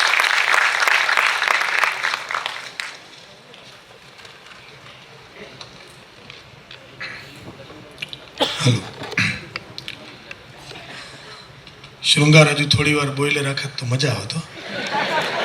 પ્રશંસા કોને ના ગમે. પણ આજે આપણે બહુ અદ્ભુત એક કાર્ય માટે ભેગા થયા છે. જામનગર મારું જન્મભૂમિ, કર્મભૂમિ, પણ છેલ્લા ઘણા વર્ષોથી, ખાસ કરીને 4 વર્ષથી રાજકોટ પણ હવે મારી કર્મભૂમિ થઈ ગઈ છે. અને જામનગરની તો બહુ મોટી ફરિયાદ છે કે તમે હવે ત્યાં જ પ્રોડક્શન્સ ડિરેક્ટ કરો છો, ત્યાં અથવા બોમ્બેમાં. પણ રાજકોટ સાથે મને જોડનાર જે થિયેટરના વ્યક્તિઓ હતા એમાંના એક નયન દાદા, સૌથી પહેલાં નયન ભટ્ટ છે, અહીં ઉપસ્થિત છે. અને એ જ અરસામાં જેટલા લોકો અમને ઇન્સ્પાયર કરતા, અમે યંગ હતા, નાના, એકદમ નાટકમાં ઉત્સાહથી કંઈક કરવાના જોમ સાથે અમે કાર્યરત હતા, ત્યારે જે રાજકોટના બીજા વડીલો કે મિત્રો સંપર્કમાં આવ્યા, ઘણા બધા નામો છે, પણ એમાંનું એક અમિટ છાપ છોડી જનાર વ્યક્તિત્વ, બે વ્યક્તિત્વ વડીલોમાં, એક મનસુખ જોશી અને બીજા અમૂલક ભટ્ટ. અકાદમીના નાટકમાં ભાગ લઈએ ત્યારે એ તજજ્ઞ તરીકે પહેલીવાર નયનભાઈ અમને મળ્યા હતા. ત્યારે એવો રિવાજ હતો કે અકાદમીમાં બહુ પુષ્કળ નાટકો આવતા, એટલે સીધા સ્પર્ધામાં ન લેતા એ નાટક માટે તજજ્ઞની નિમણૂક કરવામાં આવે અને એ જઈને રિહર્સલ્સ જોવે. તો હું ખુશનસીબ છું કે એવા વ્યક્તિઓ આવ્યા કે જેને એ રિહર્સલ જોયા પછી નાટક પસંદ કર્યું ના કર્યું એ તો પછીની વાત છે, પણ પછી જે આજુબાજુની વાતો કરી થિયેટર વિશેની, થિયેટરની સમજ જે અમારી કેળવાઈ રહી હતી. I come from a city where we never had this fortune of any children academy. અમે કોઈ નાનપણમાં નાટકો શીખ્યા નથી ફોર્મલી, જાતે ને જાતે કરતા. તો જે પણ આવે એને અમે એકદમ ભાવથી એની સામે બેસી જઈએ, એ જજ આવ્યા હોય કે તજજ્ઞ આવ્યા હોય, અને એ જે વાત કરે એ અમે સાંભળીએ. તો આઈ ઓલવેઝ ઓબ્ઝર્વડ હિમ. મારી પાસે ધરા કે શ્રદ્ધા જેટલા એકદમ અંગત સંસ્મરણો નથી, but I know a one of the rare વ્યક્તિ છે. કદાચ નયન દાદા, I am even not sure, Dhara also, કે જે મારા જૂના ઘરે આવી ગયા હોય. તો આવી ગઈ છું ને રંજીત ટાવરમાં, તો નયન દાદા આવ્યા છે. બાકી બહુ ઓછા થિયેટરના લોકોએ મારું ઇવન આજની મારી ટીમે એ ઘર નથી જોયું. પણ મને યાદ છે કે આ જ ખાદીનો જબ્બો જે એને કીધો એ પહેરી અને પછી અમારું ત્યારે અમે કીધું તો અમારી પાસે રિહર્સલ પ્લેસ નથી, અમે ઘરે જ રિહર્સલ કરીએ છીએ. તો અમૂલક દાદા ત્યારે લાલ બંગલે એસટી ઊભી રહેતી, એમાંથી ઉતરી અને સીધા અમારા ઘરે આવ્યા હતા. અને that is my first memory. અને ત્યાં એને અમારું રિહર્સલ જોયું, પછી જે ભાવપૂર્વક વાતો કરી, then I slowly started learning about him. ત્યાં સુધી અમે તો બીજી દુનિયામાં હતા, અમને અહીંયા કોઈ ચિલ્ડ્રન થિયેટર ચાલે છે કે આવું કોઈ કામ કરે છે એ ખબર નહોતી. અને પછી આઈ સ્ટાર્ટેડ ત્યારે આજ માટેનો આ શબ્દ છે પણ એ એટલે બોલાઈ જાય છે, પણ ત્યારે કંઈ ઇન્સ્ટા કે એવું હતું નહીં, પણ હું એમ કહી શકું કે then I started following him. કે એ શું કરતા હોય, તો કારણ કે પછી અમારી પાસે ટીમ બિલ્ટઅપ કરવાનું એક જરૂરિયાત હતી જામનગર શહેરમાં. અને હું મારે જે આજે વાત કરવી છે એના પર હું એટલે જ આવું છું કે હું અહીંયા છું તો કંઈક બધાને કંઈક આપતો જાઉં, કંઈક થોટ આપતો જાઉં. તો જેવા અમે નાના શહેરમાં હતા જ્યાં થિયેટર જીવાડવા માટે ટીમ જોઈએ અને ટીમ કરતાં થિયેટર પ્રત્યે સન્માન જોઈએ. એટલે નાના શહેરમાં એ લઈ આવવું બહુ અઘરું હોય એ પ્રવૃત્તિનું. તો અમૂલકભાઈ કેમ કરે છે, અહીંયા બીજા લોકો નયનભાઈ કેમ કરે છે, ભરતભાઈ કેમ કરે છે, એ બધું અમે પૂછીએ, જાણીએ. અને એમાં મને ખબર પડી કે ચિલ્ડ્રન એક્ટિવિટી છે. મને વહેલી વાર ચિલ્ડ્રન થિયેટર કરી શકાય, કારણ કે હું ચિલ્ડ્રન થિયેટરની પ્રોડક્ટ નથી. હું નાનપણથી નાટકો કરતો સ્કૂલમાં, પણ અમારી તકલીફ એ છે, મેં અનેકવાર ઇન્ટરવ્યૂમાં કીધું છે નયનભાઈ, કૌશિકભાઈ છે, પલ્લવીબેન, કે I have never acted in any children theatre. અમારી સ્કૂલ એટલે બોમ્બેના આવતા નાટકો, એ મુંબઈના કમર્શિયલ નાટક જોઈને જ નાટક પ્રત્યે આકર્ષણ પણ થયું અને એવા જ નાટકો કરવાને એ જ અમારી સ્કૂલ, કે એ નાટકો આવે એ જ સ્ટાઇલાઇઝેશન, એ જ સ્ટાઇલનું પ્રોડક્શન. એટલે અમે સ્કૂલમાં નાટક કરીએ ને તોય હું મોટાના જ નાટક કરતો. ઇવન એઝ અ ચાઇલ્ડ 8મા ધોરણમાં મેં જે નાટક લખ્યું એ ક્રાઇમ થ્રિલર હતું, એટલે એમાં મર્ડર હોય, કોર્ટ હોય, એવું બધું હતું, કારણ કે મેં એ જ જોયું હતું. So I never had vision of children theatre, કે આવું એક ચિલ્ડ્રન એક્ટિવિટી હોય, ચિલ્ડ્રન થિયેટર થાય અને આ ગણાય. જે રાજકોટ વોઝ ફોર્ચ્યુનેટ ટુ એવું. પછી એવા નાટકો કરતાં અમે એકેડમીમાં કર્યું ને અમૂલકભાઈ મળ્યા, ધેન આઈ કેમ ટુ નો કે આ એક પ્રવૃત્તિ છે. ને ત્યારે જ મારી સંસ્થા એવા દોરમાં હતી કે અમારે ટીમ બિલ્ટઅપ કરવું હતું. કે કેવી રીતે ટીમ બિલ્ટઅપ થાય, તો કે ભાઈ જેને નાટકમાં રુચિ હોય, રસ હોય, એને થોડા ટેકનિકલી તૈયાર કરીએ, એને નાટક પ્રત્યે ભાવ આવે, એક સમર્પણ આવે, એવું એક કલ્ચર ઊભું કરીએ. અને એટલે હું વહેલી મેં જે વર્કશોપ કરી, મારી વર્કશોપ બહુ અત્યારે અવેઇટેડ હોય છે, બધા બહુ એની રાહ જોતા હોય છે. છેલ્લા લગભગ હવે 25-26 વર્ષ થયા, બટ એ પહેલી વર્કશોપ એ મેં કોઈ યંગસ્ટરની કરી જ નથી. પહેલી workshop was children theatre workshop, અને એના બાળકો આજેય મારી સાથે છે. અહીંયા અમારા ઘણા વીરાંજલિના એક્ટર છે, તો દેવેન રાઠોડ એ થિયેટર એ પહેલી વર્કશોપનો બાળક હતો. He is there since then. Bhavitaben, Jatin બધા છે ને અહીંયા, એટલે હું યાદ કરાવું છું. તો એ ચિલ્ડ્રન થિયેટરથી મને થિયેટરના છોકરાઓ મળવા માંડ્યા અને આખી ઘટના થઈ. એ વાત જુદી મૂકી દઈએ. હું હવે એક મારા બીજા વિષય પર આવું છે કે અમૂલકભાઈ શું કરતા હશે. નિદા ફાઝલીનો શેર છે कि बच्चों के छोटे हाथों को चांद सितारे छूने दो, बच्चों के छोटे हाथों को चांद सितारे छूने दो, 2-4 किताबें पढ़कर वो भी हम जैसे हो जाएंगे. આ વાત કદાચ દાદાને ખબર હતી અને એ અજાણતા કે જાણતા એ આ જ કરતા એ બાળકની અંદર હજી સાવ કોરી ફાટી હોય ને ત્યારે આપણા જેવા ન થઈ જાય. આપણા જેવા ઇન ધ સેન્સ એ મોટા તો થવાના જ છે, એ મેજર થવાના જ છે, એ આ દુનિયાની ઘટમાળમાં આવવાના જ છે, એ આ પોલિટિક્સ, આ માથાકૂટ, આ કોમ્પિટિશન, આ સંઘર્ષ, આ ફેલિયર, આ બધાનો હિસ્સો થવાના જ છે. પણ હમ જૈસે ન હો જાય કે આપણા જેવા નહીં, આપણાથી થોડા જુદા થાય. એ નાટક કરેલો માણસ હોય ને એ બીજા કરતાં થોડોક વિશેષ હોય. એ જ્યાં કામ કરતો હોય ને, ભલે ને એને નાટકો છોડી દીધા હોય, શ્રદ્ધાબેને ભલે એમ કીધું મેં છોડી દીધા, પણ એ જે પણ પ્રવૃત્તિ કરતા હશે, એ શિક્ષક હશે કે બેંકમાં હશે કે જોબ કરતા હશે કે કોઈ વ્યવસાય કરતા હશે, તેના આજુબાજુના બીજા લોકો કરતાં એ થોડાક તો જુદા તરી જ આવતા હોય જેને નાટ્ય પ્રવૃત્તિ કરી હોય. અને એ કંઈક વિશેષ, કંઈક થોડું, એક 1900 કેટલા 5-6 દાયકાની સફર છે, તો આટલા દાયકાઓમાં કેટલા લોકોમાં, કેટલા બાળકોમાં કંઈક જુદું, કંઈક વિશેષ એ થાય, એ કામ દાદાએ કર્યું છે. એમાંના બહુ ઓછા એ નાટક કન્ટિન્યુ રાખ્યા હશે. એ તો આઈ નો, આઈ એમ શ્યોર, કારણ કે બધાના નસીબમાં કે બધાના સંજોગોમાં એ નથી હોતું કે પછી નાટ્યકર્મ કરી શકે, સંજોગો બદલાય ના કરી શકે, પણ એને વ્યક્તિ તરીકે વિશેષ કરે. આજનું સભાગૃહ વિશેષ છે.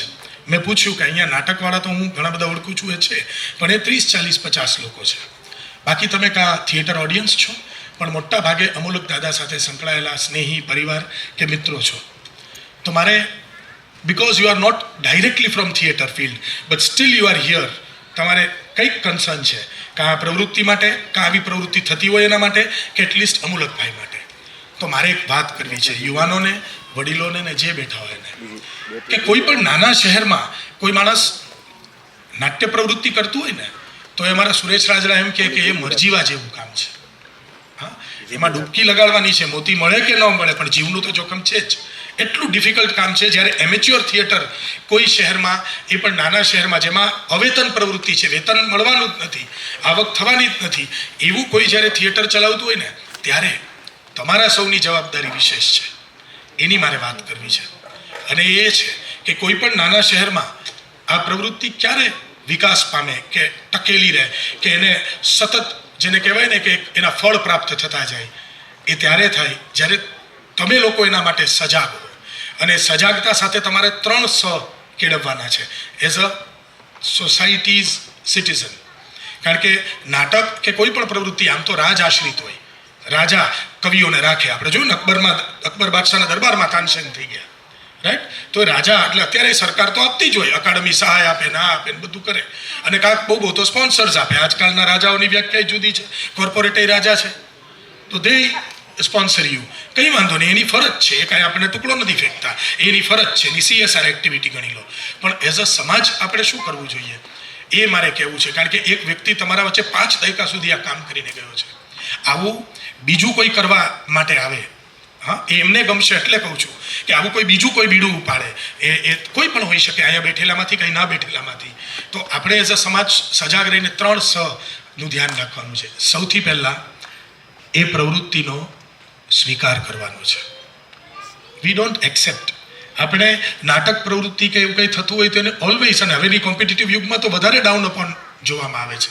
વી ડોન્ટ એક્સેપ્ટ કે ભાઈ હા બધું ટાઈમ પાસ નથી, આ ટાઈમ પાસ છે, આ ટાઈમ વેસ્ટ છે, આમાંથી કાંઈ ન થાય, ભણો, આ કરો, અથવા એવું કરનારા લોકોને આપણે કોઈ પણ રીતે આપણા આજુબાજુ કે પરિવારમાં હોય ને, તો વી ડોન્ટ એક્સેપ્ટ. એટલે પહેલાં એક્સેપ્ટન્સ લઈ આવો કે આ થઈ રહ્યું છે, કંઈક જબરજસ્ત થઈ રહ્યું છે, એ કંઈક જુદું થઈ રહ્યું છે, એ કંઈક બીજાની અંદર કંઈક ઉગાડી રહ્યા છે, કંઈક વાવી રહ્યા છે, એ ખીલીને ઉગશે. હા, એ એક સ્વીકાર ભાવ સમાજમાં હોવો જોઈએ. એ જ સમાજ કલાકારોને કોંખી શકે. સ્વીકાર પછી આવવો જોઈએ સહકાર. માત્ર સ્વીકારથી ન ચાલે, તમારે સહકાર આપવો જોઈએ. આપણે નાના શહેરમાં છીએ, આપણો રંગકર્મી કે આપણો નાટ્યકાર કંઈ કરતો હોય ને, તો એને કેટલી બધી જરૂરિયાત પડશે, એ તમારે તમારી યથાશક્તિ એને પૂરી પાડવી જોઈએ. If you are a big corporate તો સ્પોન્સરશિપ આપો.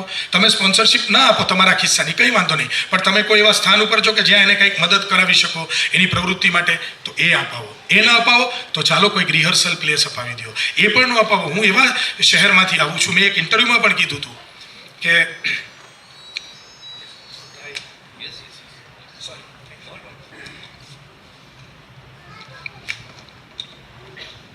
કે મને કોઈ કહે કે તમે કેમ જામનગર જ રહો છો, હજી શિફ્ટ નથી થતા? તો મારો જવાબ છે કે I enjoy the best of both the world's. નાના શહેરની જે મોકળાશ, સ્પેસમાં અને લોકોના હૃદયમાં એ હું એન્જોય કરું છું. અને મુંબઈની જે પ્રોફેશનલિઝમ, જે ધન પૈસા બધું જ છે કે નામના, એ બધું પણ ત્યાં મળી રહ્યું છે. પણ નાના શહેર છૂટતું નથી. એનું કારણ શું છે ખબર છે? મને ઓલવેઝ એમ લાગે કે આ શહેરે મને આપ્યું છે, ઇન ધ સેન્સ કે જ્યારે પહેલી વાર અમે સ્પર્ધામાં ભાગ લેવા બોમ્બે જતા હતા અને જેને કાંઈ અમારી ટીમ સાથે લેવા દેવા નહોતા, પણ અમારા એક એક્ટરના રિલેશનમાં કોઈ હતું, તો એને ખબર પડી તો એને એમ કીધું કે જામનગરની ટીમ છે ને એ બોમ્બે જાય છે ને, તો આઈ સ્ટે ઇન વડોદરા, હું જમવાનું આપી આવીશ. યુ ડોન્ટ, હા, હું સ્ટેશન પર આવીને કેટલા 20 જણા છો તો આઈ ગીવ યુ, મારા તરફથી થેપલા, સૂકી ભાજી જે પણ હશે ગરમ હું આપી જઈશ. મને ભાવ છે. સી, એ જમાનામાં 20 જણાનું 100 રૂપિયા કે 150 રૂપિયાનું બજેટ અમારી પાસે નહોતું, એટલે એ મેનેજ કરવું પડતું હતું. એ બચી ગયું. It was a big thing. It was a very big thing.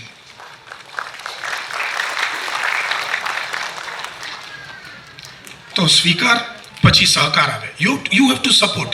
કોઈ પણ રીતે તમારી બાજુમાં રિહર્સલ ચાલતું હોય તો બહુ અવાજ કરે છે, મેં એવા લોકોએ જોયા છે. જેમ ફરિયાદો થઈ છે અમારા રિહર્સલની. અરે ભાઈ, તમારી બાજુમાં એક કંઈક સર્જન થઈ રહ્યું છે કે માતૃત્વ જેવો આનંદ આ લોકો લઈ રહ્યા છે. હવામાંથી શબ્દો ક્યાંય નહોતા, ત્યાંથી કાગળ પર આવ્યા અને એ શબ્દોને એ લોકો જીવંત કરી રહ્યા છે. 2 મહિના પછી એ મંચ ઉપર જવાનું છે.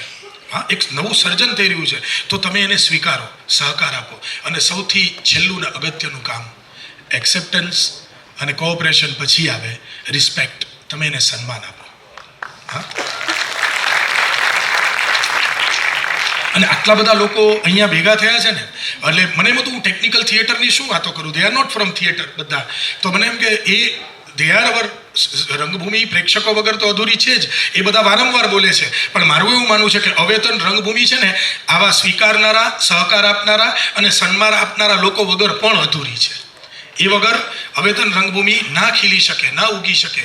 તો તમારા બધાની એ આજથી એક નાની એવી ફરજ ગણજો કે તમારી બાજુમાં કોઈ સંગીત ક્લાસ, કોઈ નૃત્ય ક્લાસ, કોઈ નાટક, કોઈ પણ થિયેટર એક્ટિવિટી સાથે સંકળાયેલો કોઈ પણ પ્રવૃત્તિ થતી હોય તમારી આસપાસ, દોસ્તોમાં, મિત્રોમાં, તો તમે એમાં કદાચ ભાગ નથી લઈ શકતા, તમારા વ્યસ્ત જીવનમાં છો, તમે એને કોઈ બીજી રીતે મદદરૂપ નથી થઈ શકતા, પણ જે થઈ શકો એને સન્માન આપજો.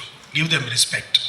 I have developed it. મને હમણાં જ રોહિત હસતો હતો કારમાં, વેન વી વર કમિંગ, કંઈક વાત થઈ ને, તો મારી ઓફિસમાં એક પ્રથા છે કે કોઈ આવીને એમ કહે, અને તમે અનુભવ કરજો, ખરેખર ખોટું બોલશો તોય થશે, કે એમ કહે ને કે હું આર્ટિસ્ટ છું, તો મારો જુનિયર કે કોઈ પૂછે નહીં, એનું કામ ફ્રી કરી દેવાનું. ઈ just has to say I M artist. એટલે મને મારા એક જુનિયરનો જરાક મસ્તીએ ચડી ગયો હતો, તો ફોન આવ્યો મને કે આમ કે આ ભાઈ કલાકાર છે. મેં કીધું આ તો માની લેવાનું. કોઈ શું કામ માણસ ખોટું, હું કલાકાર છું એવું કોઈ ખોટું શું કામ કહે? તો એ કે એને એક નાનો એવો દસ્તાવેજ કર્યો હશે, તો કે એમ કે હું કલાકાર છું ને વિરલભાઈ એની ફી નથી લેતા, તો આપણે દઈ દેવાનું 0%, 100% ડિસ્કાઉન્ટ દેવાનું. તો કે મેં પડી કે લાગતા નથી. મેં પૂછ શું કરે છે? કોઈ દી પૂછવું જ નહીં, પણ મેં પૂછ. તો એ ભાઈએ શું કીધું ખબર છે? હું જુનિયર નરેશ કનોડિયા છું. એટલે પછી મને મસ્તી સુઈ ગઈ. મેં કીધું કે પીવું સેવા લાગે છે? તો કે લાગતા જરાય નથી. મેં કહું પણ કહે છે ને? તો કે હા. મેં કહું તો દઈ દે ડિસ્કાઉન્ટ. હા, one says I am an artist. શું કામ ખબર છે? અત્યારે રોહિતને એ કહેતો હતો. પછી એનો ગંભીર પાર્ટ એ છે, આર્ટિસ્ટ શુડ ફીલ ક્યાંક તો કે આઈ એમ રિસ્પેક્ટેડ.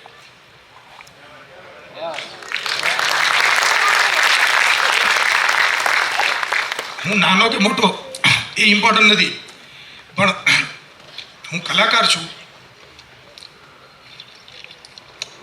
એનું મને ક્યાંક કોઈ એક જગ્યાએ ફાયદો થઈ રહ્યો છે, રિસ્પેક્ટ થઈ રહ્યું છે, દેટ ઇઝ ઇમ્પોર્ટન્ટ.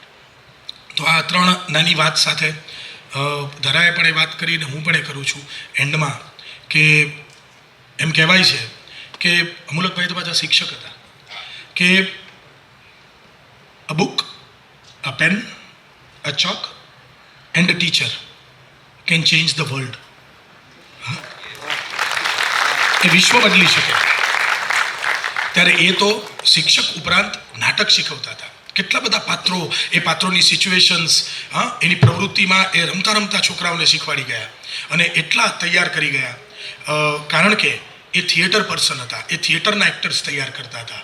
અને એટલે ધરાએ કીધું એમ એ હ્યુમન બિંગ સારા પહેલી શરત હતી. અને એ શરત ના હોય તો પણ હું એટલું ચોક્કસ કહું, એક બહુ સારા વિદ્વાન વ્યક્તિએ એક વાત કરી છે, movies will make you famous, જો તમે ફિલ્મના કલાકાર હશો તો તમે જાણીતા થશો. Television will make you rich, એ તમને પૈસા પાત્ર બનાવશે, but theatre will make you good. So it is very important કે એ આવનારી પેઢીઓમાં એટલા બધા ગુડ હ્યુમન બિંગ્સ મૂકીને ગયા છે આ પ્રવૃત્તિથી કે એ પાછા બીજા ગુડ હ્યુમન બિંગ્સ તૈયાર કરશે. આવી રીતે જ એક સોસાયટી કે એક વર્લ્ડ ચેન્જ થતું હોય. એક શિક્ષક કે એક નાટ્યકાર જે સમર્પિત ભાવથી દાયકાઓ સુધી કામ કરે એનાથી સોસાયટીમાં કંઈક મોટો ફેર પડ્યો જ છે. એ તમને કદાચ દેખાતો હોય પ્રત્યક્ષ કે પરોક્ષ રીતે, તો હોય ને હોય જ તમારી આસપાસ. તો રિસ્પેક્ટ ધેમ, લવ ધેમ. આપ સૌ અહીં આટલી સંખ્યામાં એક બાળ નાટ્યકાર ગયા પછી એની વાતો સાંભળવા આવ્યા છો, એ જ તમારા માટે મને રિસ્પેક્ટ જન્માવે છે. બી લાઈક ધીસ, આવા જ રહેજો. Thank you very much.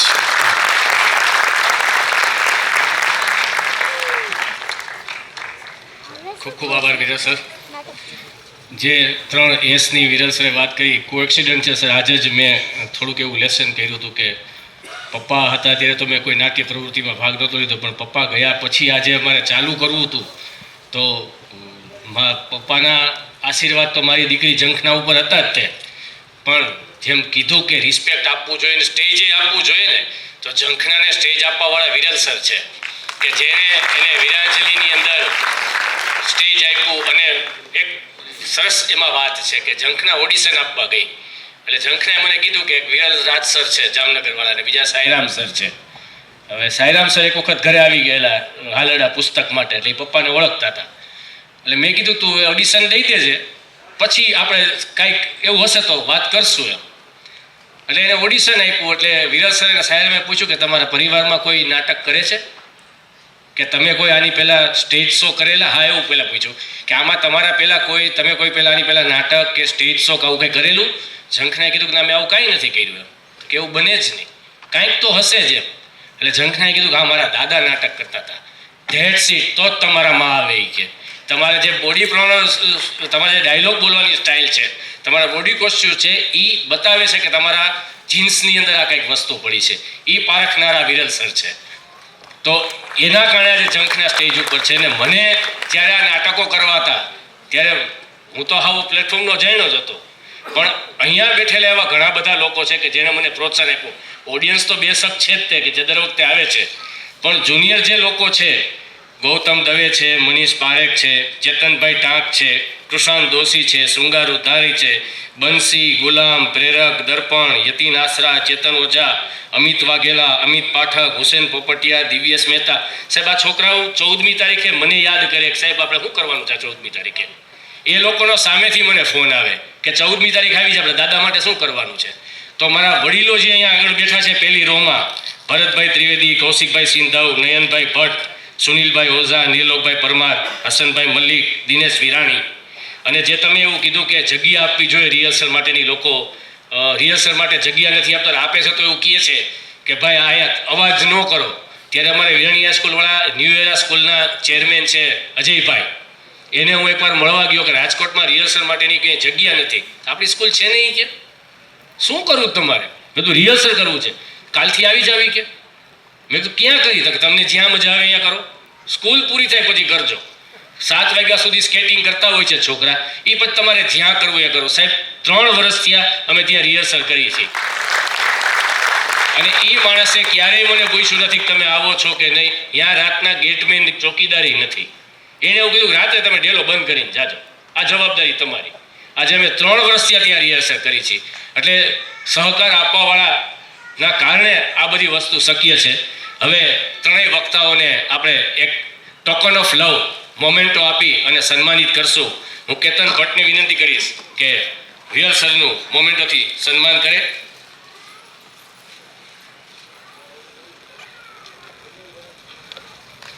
આપણે તાળીઓથી વધાવશું સરને.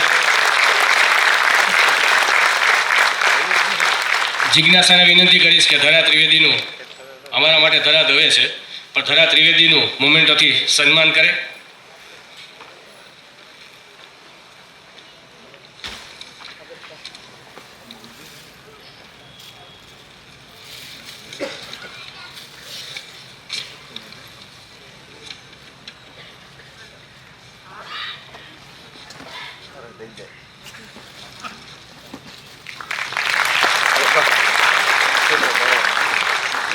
અને રેખાબેનને વિનંતી કરીશ કે શ્રદ્ધા મુલાણી ભટ્ટનું સન્માન કરે.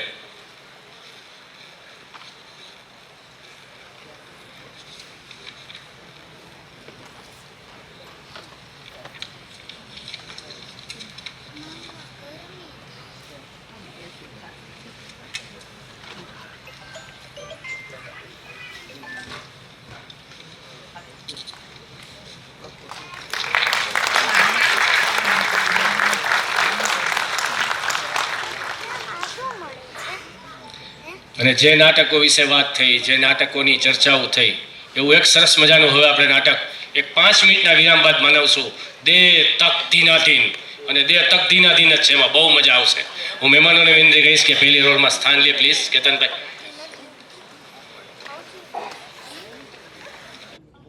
5 મિનિટના વિરામ આપણે માણીએ નાટક દે તક ધીનાધીન. Thank you.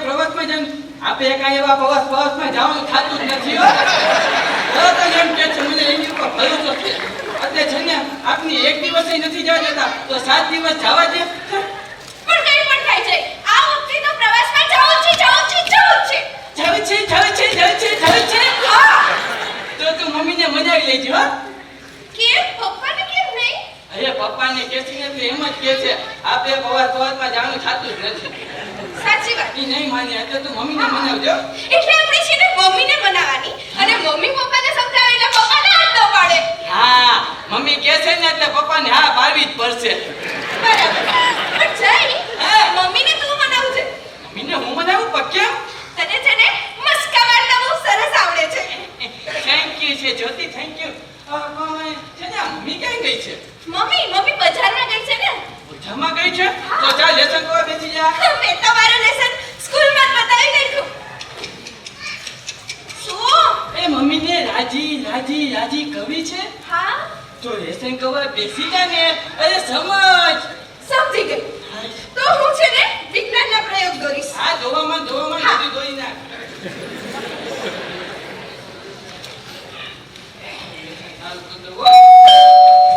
એ મમ્મી આવી દવા તો ખોઈ. તું લેસન કરતો રહે છે. હા હા એ મમ્મી ચપ્પલ કાઢવા દે. બહુ થાકી ગઈ છે ને? કેટલું ભારે બેગ હતું. બેસ બેસ મમ્મી. હું છે ને પંખો કરું હો. એ મમ્મી તારા માટે પાણી લઈ આવું પાણી.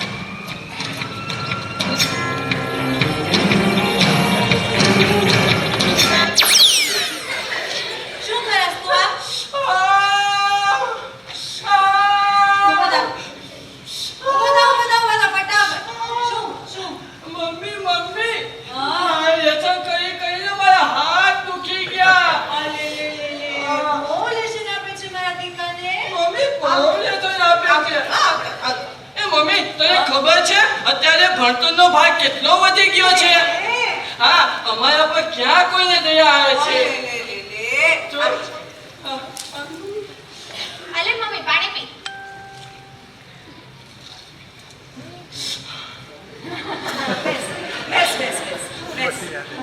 એ મમ્મી તું બજારમાં ગઈ હતી હા તો ચાલીને આવી? હા બસ ન મળી એટલે શું કરું? અરે ચાલીને થોડી આવાય મમ્મી રિક્ષા કરી લેવાય ને. હવે બજાર ક્યાં આગી હતી? અરે ના ના મમ્મી તારા પગ દુખતા હશે. હા. ચાલ જઈ આપણે મમ્મીના પગ દબાવીએ. હા. ના તારા તો હાથ દુખતા હતા ને જય. નાના મમ્મી એ તો ત્યાં પંપોયરા ને એટલે મટી ગયા. અરે તારા મમ્મી તને કેટલો પરસેવો થઈ ગયો છે. તને તડકો લાગ્યો. અને છે ને મને લાગે છે માથું દુખતું હશે. હું માથું દાબી દઉં તને.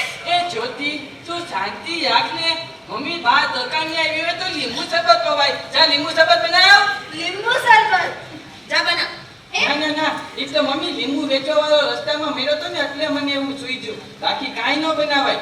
એ મમ્મી તું આ બધામાં ગઈ હતી તો અમારા માટે કઈ લાવી કે નહીં? અરે હા જો તારા માટે હું લાવી છું આ ટી-શર્ટ. એ મારા માટે ટી-શર્ટ લાવી. વાવ આ તો કેટલું ફાઇન છે. કાળું કાળું. એ મમ્મી મારા માટે. તારા માટે આ ડ્રેસ. એ વાવ મમ્મી તારી ચોઈસ તો સાચે બહુ ફાઇન છે. એ પણ મમ્મી તાને પપ્પા માટે કઈ ન લાવી? ના અમે દિવાળી પર લેશું. હા કા દિવાળીમાં સેલ હોય એટલે તું ગાંધી ખાસ. ના મમ્મી ના. મમ્મી તો એ બેસ તો. બોલો આ તો તું મને એકદમ વાલી વાલી લાગે છે. મમ્મીનો ચમચો. મમ્મી તો મને બહુ વાલી લાગે છે. ના મમ્મી મને વાલી લાગે છે. મમ્મી વાલી લાગે છે. ના, મમ્મી મને વાલી લાગે છે. મને લાગે છે. શું મને વાલી લાગે છે? મને વાલી લાગે છે? કેમ આજે મમ્મી આટલી બધી વાલી કેમ લાગે છે? હે કેમ? એ મમ્મી કુચી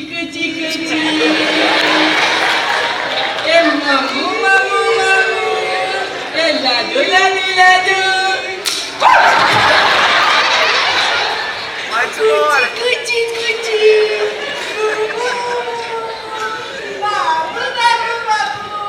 સાચી વાત શું છે જય બોલ.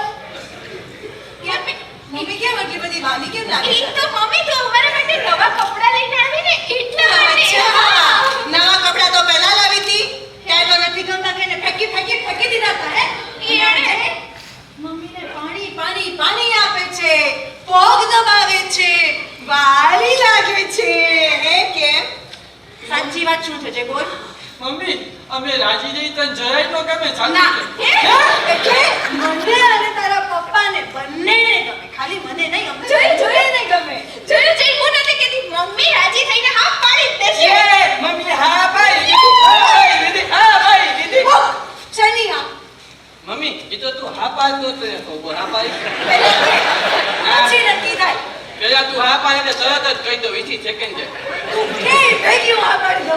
પણ તું કે એટલે તરત જ કહી દઉં માં છું નથી કેવું જા એ ના ના ના ના એ મમ્મી મારી વાત તો સાંભળ તને ખબર છે અમારી સ્કૂલમાંથી પ્રવાસમાં જવાનું છે અરે વાહ ક્યાં જવાનું છે એ મમ્મી અમારે છે ને પાવાગઢ હા. સાપુતારા કબીરવન અને વડોદરા 7 દિવસનો પ્રવાસ છે મમ્મી હા મમ્મી 7 દિવસનો પ્રવાસ છે એ મમ્મી તને ખબર છે મેં કોઈ દી પ્રવાસમાં નથી ગયા તો આ વખતે જવા દે ને મમ્મી એક વાર જવા દે ને એ મમ્મી તું કાં સાંભળતી નથી જવા દે ને પપ્પાને પૂછીને કહીશ એ ના ના ના, ના, ના, મમ્મી તું જા પાય તને જવા દે ને અમને અમે કોઈ દી પ્રવાસમાં નથી ગયા અને તું પપ્પાને કહીશ તો પપ્પા માની જશે હા મમ્મી મમ્મી જો તારે છે ને પપ્પાને ખાલી એટલું જ કહેવાનું કે અમે ડાયા થઈને લેસન કરતા હતા અમે બધું માની ગયા છીએ અમે બહુ ડાયા થઈ ગયા છીએ ભણવા માંડ્યા છીએ અમે કોઈ દી પ્રવાસમાં અમે નથી ડાયા ગયા. નથી ગયા, પપ્પા કોઈ દી ના જ નહીં પાડે. બસ કેટલું યાદ રાખું મારા તમારા બેની લપવાની યાદશક્તિ ઓછી થતી જાય છે મમ્મી તું જરાય ચિંતા કરમાં હમણાં હું પપ્પાને ફોન કરીને કહી દઉં કે દવાખાનેથી આવો ને તો એમ છે ને પરા બજારમાં જાતા આવજો અને બદામનો ખાલી કોથળો લેતા આવજો એમાં તું રોજ માથું રાખીશ ને એટલે તારી યાદ શક્તિ વધશે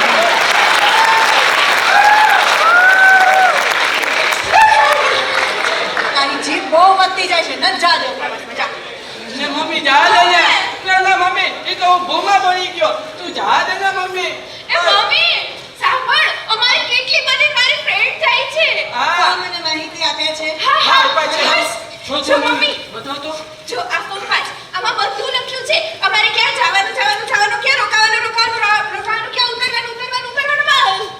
આમાં બધું લખ્યું છે મમ્મી વાંચ જા જા ભાઈ છે મમ્મી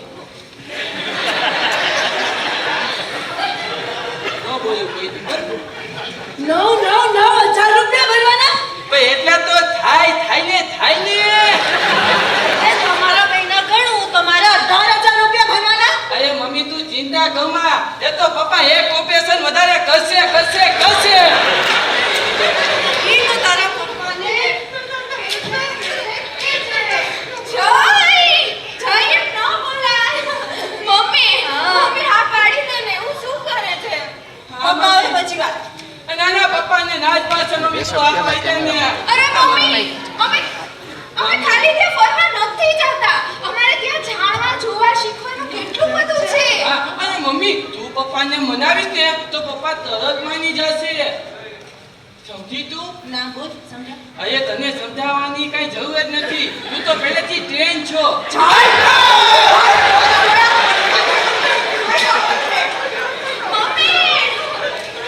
હવે તમને કોણ જા દે તે પ્રવાસમાં હું જોઉં છું મમ્મી અરે મમ્મી અમે ત્યાં કેટલું શીખવા જઈએ છીએ સાંભળ ને હા મમ્મી એ મમ્મી તને ખબર છે પુસ્તકમાંથી વાંચીને તો જરા યાદ ન રહે પણ નજર જોઈ હોય ને તો તરત યાદ થઈ જાય સાચું કે ખોટું એ મમ્મી જા દે ને મમ્મી જા દે ને મમ્મી લેશન કેટલું બાકી છે આ મમ્મી સાવ થોડું કોઈ બાકી છે કીડી જેટલું લખવા માંડો હમણાં આવશે તમારા પપ્પા લખ ન જોઈએ કોઈ આ પ્રવાસમાં જવા દે ને જાય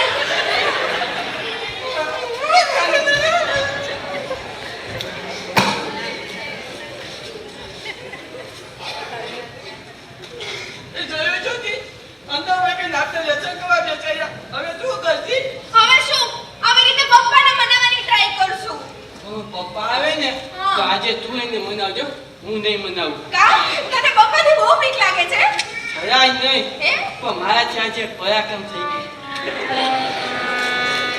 શું પરાક્રમ કર્યું એ મેં કાંઈ નથી કર્યું તો અમે તો શાંતિથી શેરીમાં ક્રિકેટ રમતા હતા અને મેં એક ચોથી 6 મારી હા અને દરો ગયો જીસો જસુ દાદાની અગાસીમાં હા તો એમાં શું થઈ ગયું અરે એ જ સમયે જસુ દાદા અગાસીમાં આટા મારતા હતા છી અને દરો સીધો એના મોઢામાં અને ચોથું સીધું બહાર એટલે તે જસુ દાદાનું ચોખ્ખું તોડી નાખ્યું ના ચોથું તો સાચું જ છે પણ જસુ દાદા કે આટલું પછી કે કેવું મારતો તો તમારી સાચું છે સંભળાય છે બધું સંભળાય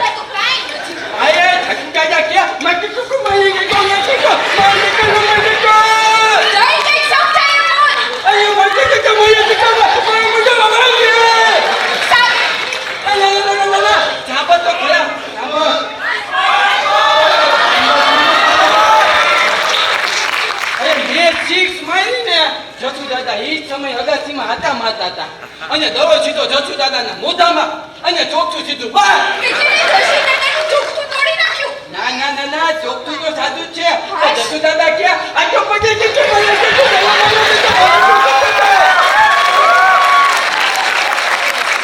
છે બધું, સમજાતું કાંઈ નથી. આ જસુ દાદા ક્યાં આ તો પછી જરી કંઈક સમજાય એમ બોલ. સારું. એ જ્યોતિ, હા, હા ભાઈ એવું નથી થયું. તો એ જસુ દાદા આવું કઈ બોલતા હતા, મને ખબર ન પડી. તો છે ને દડો છે ને જસુ દાદાના મોઢામાં લાગ્યો ને કોઈના બોર છોડીને દડા જેવા થઈ ગયા. એટલે હવે છે ને ચોકઠું પાછું ફીટ નથી થતું.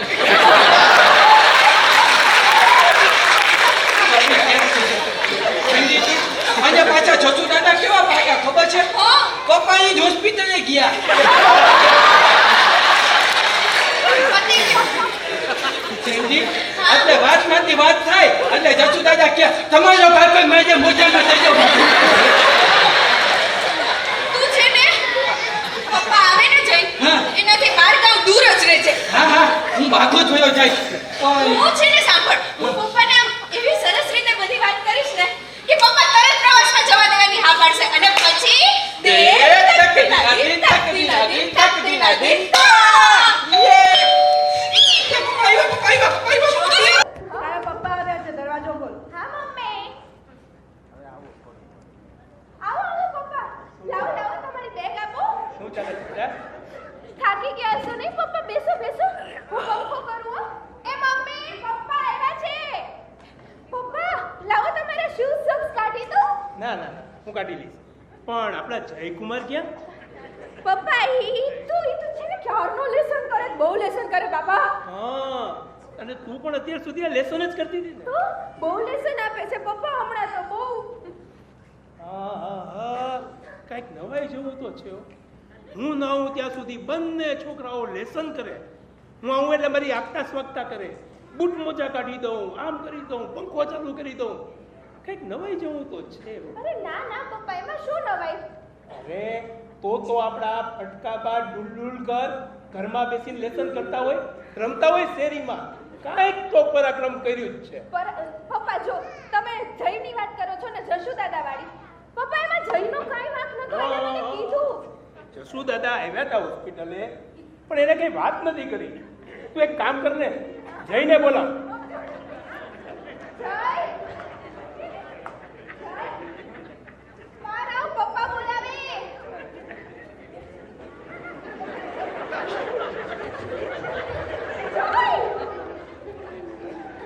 જય પપ્પા મળશે નહીં. જય પ્રવાસમાં જવું છે ને. આવ્યો તો ભાઈ. હા પપ્પા, આ શું છે? પપ્પા તો મારું લેસન છે. કયા સબ્જેક્ટનું છે?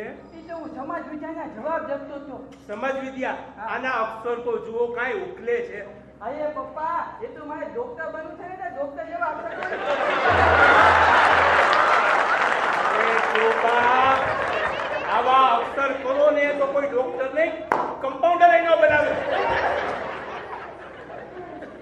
હવે એક વસ્તુ મને કહે કે આજે શું થયું? કાંઈક પરાક્રમ કર્યું છે, બોલ. પપ્પા મેં જરાય પરાક્રમ નથી કર્યું. તમને સાચું કહું ને તો મારી ઉપર જરાય ખાયા ન થતા. કહું તમને. ના ના ના ના, બોલ બોલ બોલ. અરે પપ્પા, અમે તો સાવ શાંતિથી શેરીમાં ક્રિકેટ રમતા હતા અને મેં એક જોરથી સિક્સ મારી પછી અને દડો ગયો સીધો જસુ દાદાની અગાસીમાં અને એ જ સમયે જસુ દાદા અગાસીમાં આટા મારતા હતા અને દડો સીધો જસુ દાદાના મોઢામાં અને ચોકઠું સીધું બહાર. પછી જસુ દાદા કે આટલો પચાસ જજો પૈસા કમાઈ જજો બસ. શું શું શું શું આજે કેટલું મજા તમારા મોઢામાં જજો મારું મજા જો બની જાય. અરે પણ કઈ સમજાય એવું તો બોલ. આજે કેટલો પૈસા મારા મજા જજો બસ. સમજાય એવું બોલો. નહીં બોલ્યા. પપ્પા, એ તો જસુ દાદા 3 કલાક લગી બોલ્યા, મને ખબર ન પડી. કાંઈ વાંધો નહીં, કાંઈ વાંધો નહીં. તું દાદા આવ્યા હતા હોસ્પિટલે, પણ કઈ બોલ્યા નથી. પણ જો આવું કઈ થયું હોય ને તો બેટા જો એ વડીલ કહેવાય. આપણે નાના છોકરા, આપણે જઈ કાલ સવારે એની માફી માંગી. હા, ચાલો ડાયો દીકરો. અને સાંભળ, આજ પછી શેરીમાં ક્રિકેટ રમવાનું બાય. ચાલો, નહીં, નહીં. આજ પછી કોઈ દી નહીં બાકી કરતો અરે મારો ડાયો દીકરો, ચાલ ચાલ ચાલ. આ જો જો જો જો દીદી જેવા અક્ષર કરવાના. હો, ચાલો ચાલો. હા, એના તો ગાંધીજી જેવા છે. ભલે રહ્યા. ચાલો, હવે રોવાનું બંધ. ચાલો ભાઈ. પપ્પા તમે મને બહુ વાલા વાલા લાગો છો. પપ્પાની પૂછડી. આજે પપ્પા મને વાલા લાગે છે. લાવો પપ્પા. આ બસ બસ બસ બસ બેટા, આજ કાંઈક તો વાત છે. બાકી પપ્પા આટલા બધા વાલા લાગે, શરીર દબાવી દે, શું વાત છે? શું વાત છે? બંનેને પ્રવાસમાં જવાનું છે. જો તું શું કામ બોલી? અરે. વાત જ નથી કરવા દેતી પપ્પા. બેટા તું બોલ હાલ બોલ. શું છે? પપ્પા છે ને, જો તમે આ ફોન વાંચો, અમારે છે ને પ્રવાસમાં જવાનું છે. પપ્પા પાવાગઢ, સાપુતારા, કબીરવડ, વડોદરા બધે જવાનું છે. કેટલા દિવસનો પ્રવાસ છે? પપ્પા 7 જ દિવસ છે ખાલી. 7 દિવસ. પણ એટલા દિવસ તો થાય ને, થોડે કેટલા બધા છે. 7 દિવસ તમે ઘરની બહાર રહ્યો, જેવું તેવું બહારનું ખાવાનું મળે, જેવા તેવા માણસો, રસ્તા પહાડ ગમે ત્યાં પડી જાવ, તમારું ધ્યાન કોણ રાખે? અરે પપ્પા તમે વાંચો તો ખરા, અમે બહાર નથી ખાવાનું. રસોઈયા સાથે આવશે અને રેશન પણ બધું સાથે લઈ જવાનું છે. અને પપ્પા અમારી સાથે તો ડોક્ટર પણ આવવાના છે. હા, અને તમારાથી સારા. અરે પણ એક ડોક્ટર તમારી સાથે આવે, ધ્યાન કોણ રાખે? ને એવું ન કરે, ન કરે. અરે પપ્પા તમે છઠ્ઠું વાંચો, ચશ્મા લૂછો, અને દેખાય ચોખ્ખું અત્યારે કહું છું. અમારી સાથે 20 શિક્ષકોની ટીમ આવવાની છે અને દરેક શિક્ષક પાસે 5 વિદ્યાર્થી રહેશે અને અમારી તેની સાથે હવાનું ને ફવાનું. અને પપ્પા અમે જ્યાં જ્યાં જશું ને ત્યાંથી તમને ફોન કરતા રહેશું. બોલો પછી તો ચિંતા નહીં થાય ને પપ્પા? ઓકે. યે! વિચારશું, હું ને મમ્મી વાત કરશું, નક્કી કરીને પછી તમને જણાવું. નહીં, મમ્મી સાથે વાત કરવી પડે. આ અમારો શૈક્ષણિક પ્રવાસ છે પપ્પા. હા પણ બેટા મમ્મી શું કહે છે બોલ. અરે પપ્પા તમે મમ્મી થી આટલા બધા નો પીવો. અરે પપ્પા ત્યાં છે ને અમારે ખાલી જોવાનું નથી, બધું શીખવાનું ને સમજવાનું છે. આ પર્યાવરણ, આ ભૂગોળ, આ ઇતિહાસ, આમ નજરો નજર જોઈને તો તરત યાદ રહી જાય. અને અને સાંભળ, આ તમે 7 દિવસ પ્રવાસમાં જાઓ તો તમારી સ્કૂલનું શું થાય, ટ્યુશનનું શું થાય? અને જયભાઈ, હા આપણને યાદ છે ને ગઈ વખતે આપણે 55% માંડ આવ્યા હતા. નથી જવાનું હો, નથી. ના પપ્પા અમે આવશી ને એટલે તરત તૈયારી કરવા બેસી જશે અને આ વખતે તો 99% આવશે. 99%. પપ્પા અમે બહુ મહેનત કરશું, પ્રોમિસ પ્લીઝ. હા પપ્પા જા દે ને પપ્પા. મમ્મી આને વાત કરીને કહીશ, એકવાર કીધું ને. અરે પપ્પા એવું શું કરો, તમારે ખાલી ફોર્મમાં સાઈન જ કરવાની, સાઈન કરી નાખો છો. હા, સાઈન પણ મમ્મી આને વાત તો કરી લેવા દ્યો બાપા. પણ તમને સાઈન ન આવડે તો અંગૂઠો મારો ને કામ કરે.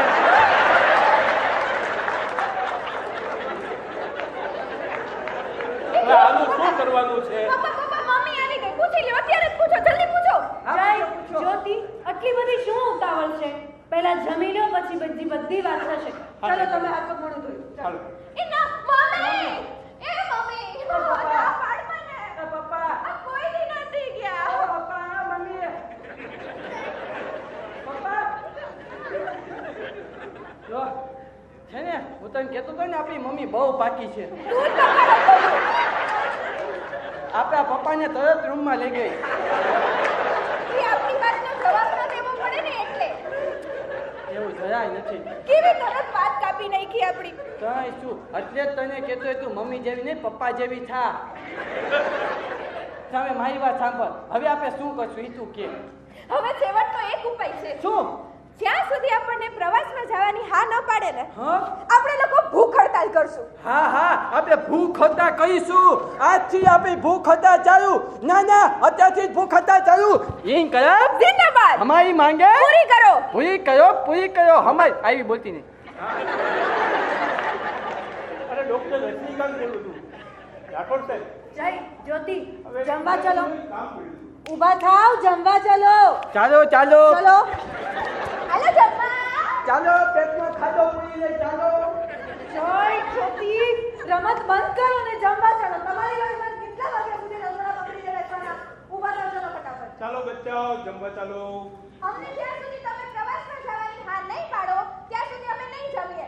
અમારી ભૂખ હડતાલ ચાલુ છે. સારું તમે જમી લ્યો. ઈ ભાઈને ભૂખ લાગશે એટલે આવશે. શું બનાવ્યું છે આજે? અરે આજે બનાવ્યા છે ગરમા ગરમ બટેટા વડા. હા, ગરમા ગરમ બટેટા વડા. અને આ જુઓ ચોખ્ખા ઘીની કેસરવાળી જલેબી. કેસરવાળી જલેબી. હા, પણ ઈ બે જોને કેવી કેવી વાતો કરે છે.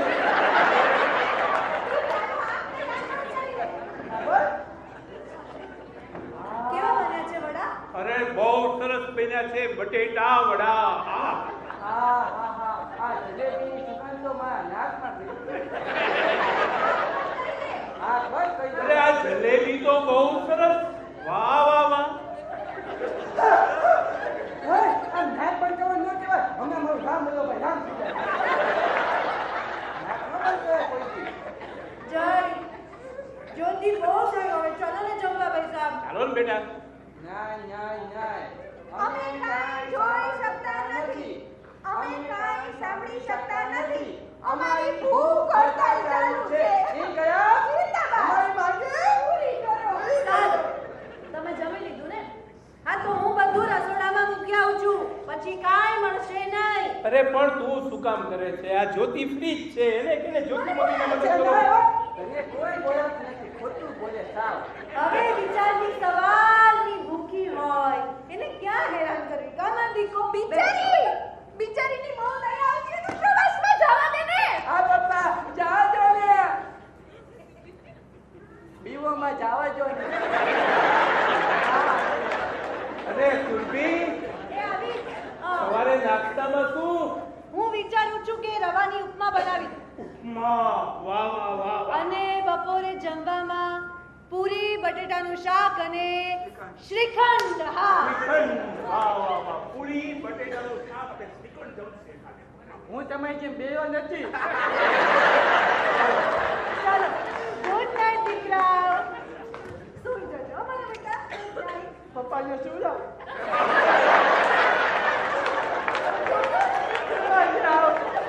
આવે છે કોઈને ભૂખ્યા બાળકોની દયા આવે છે. અરે રે દયાહીન થયા મા બાપ.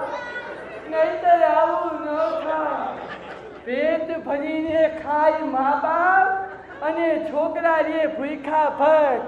શું કહો છો જતીન ભટ્ટ?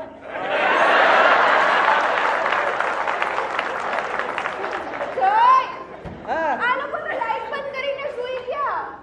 હવે કાંઈ ન થાય બેઠા બેઠા બગાસા ખા. જય આપણે પાણી પી લઈએ. સાચું કહું મને ભૂખ્યા પેટે જરાય પાણી ન ભાવે. કાગળ આવું પાણી પી લો. રસોડામાં પીવાનો જત્યો ઓલો જગ મોઢે માંડ. નથી પીવું. તો અહીંયા બેઠી જા ચાલ. તો ચાલ હવે સૂઈ જાય. સાચું કહું તો મને ભૂખ્યા પેટે જરાય નીંદર ન આવે. તો એક કામ કરીએ. શું? આપણે કલ્પના કરીએ. એવી સરસ કલ્પના કરીએ ને કે આપણને ભૂખ ભૂલાઈ જાય. હા આપણે કલ્પના કરીએ હા. કે જોરદારની ગુફા હોય. ગુફામાં જલેબી બટેટા વડા હોય. ખૂબ સરસ હોય. શું ક્યાં ભૂખ? હું પૂછી છું મેં નથી ખાધું કાંઈ. તારે પ્રવાસમાં ન જવું હોય તો જઈને જમી લે. હું બોલું છું કાંઈ ક્યારની. ગુસ્સે થઈ ગઈ ને થઈ ગઈ ને. છોઈ છોઈ છોઈ ઓલી વાત તો કે સરસ મજાની. હા જો તું કલ્પના કર કે આપણે લોકો પ્રવાસમાં જઈએ છીએ. નર્મદા નદીના કિનારે આરસ પહાડના પથ્થર ઉપર બેઠા છીએ. પછી ઉપર પૂનમનો ચંદ્રમા ચમકતો હોય. સફેદ ચંદ્રમા અને નીચે સફેદ આરસ પહાડના પથ્થર. મને તો એ આરસ પહાડના પથ્થરે બરફીના ચોસલા જેવા લાગે છે. અને પછી એ ચંદ્રમાની ચાંદનીમાં નર્મદા નદીનું સફેદ પાણી ખળખળ ખળખળ વહેતું હોય. મને તો એ નર્મદા નદીનું પાણી એ દૂધ પાક જેવું લાગે છે. અને પછી આપણા પ્રવાસનું બીજું સ્થળ સાપુતારા. એ ગોળ ગોળ રસ્તા, એ પહાડની ટોચ ઉપરથી ગણિતના સાહેબને ધક્કો.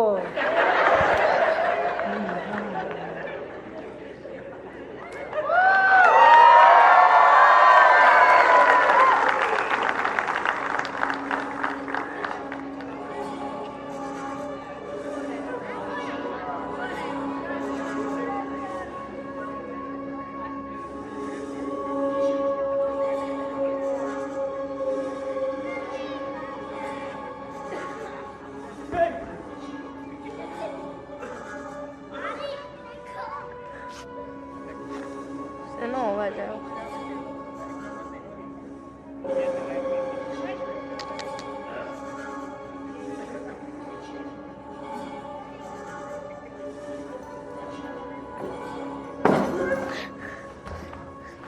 જય જય ઉઠ, જય ઉઠ. પહોંચી ગયા પ્રવાસમાં? ધીમે બોલ.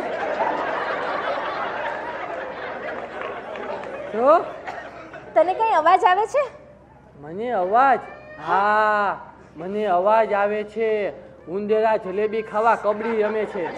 ધીમે બોલ. ચૂપ રે, ધ્યાનથી સાંભળ. ઘરમાં કોક છે. સીઆઈડી ઓફિસર જ્યોતિ, હા, ફોલો મી.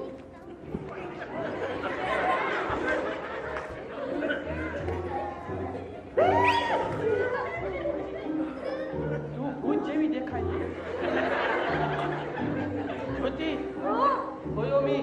આવે. Inspector Jyoti, please right on.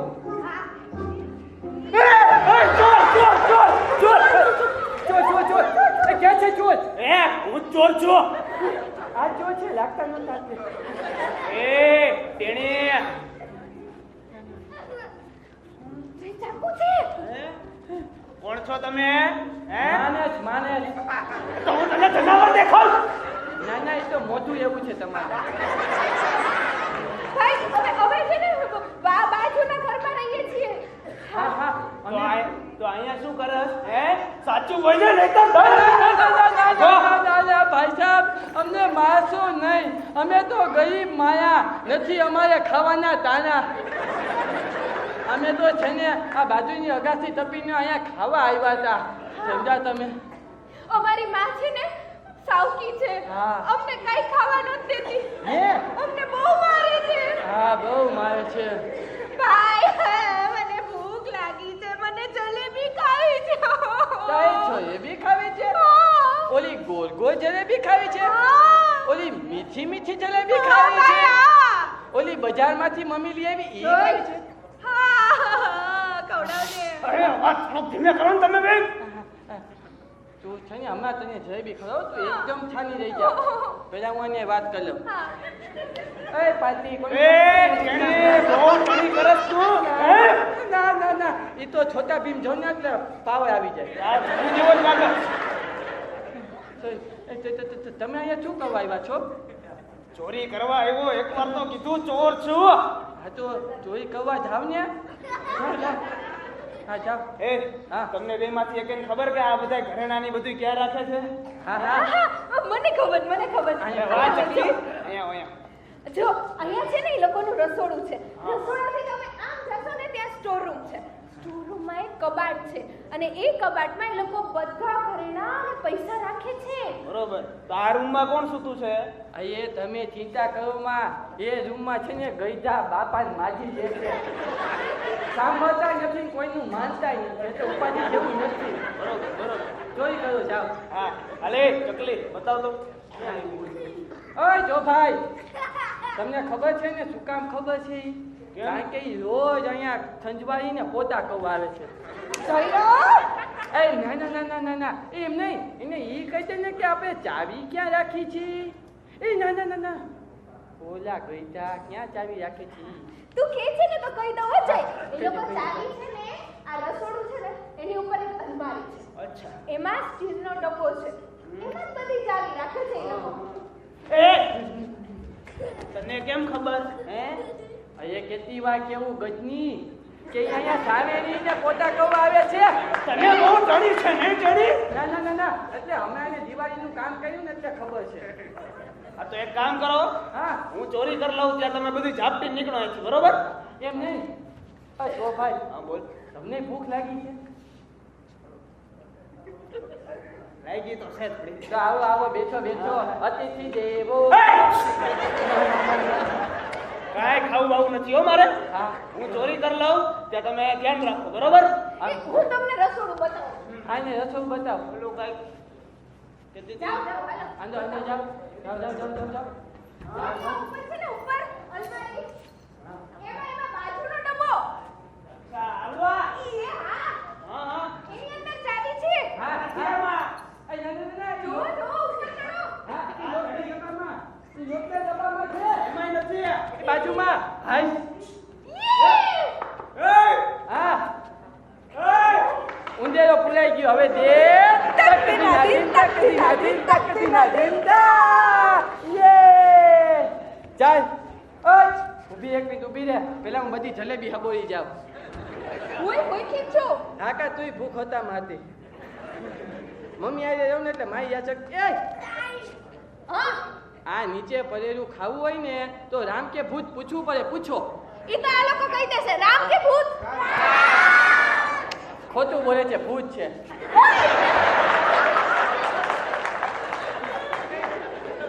હવે તું મમ્મી પપ્પાને ઉછાળ જા તો તું આ સંતાન હા ઊભી રહે થોડું ખાઈ ઉઠાડું.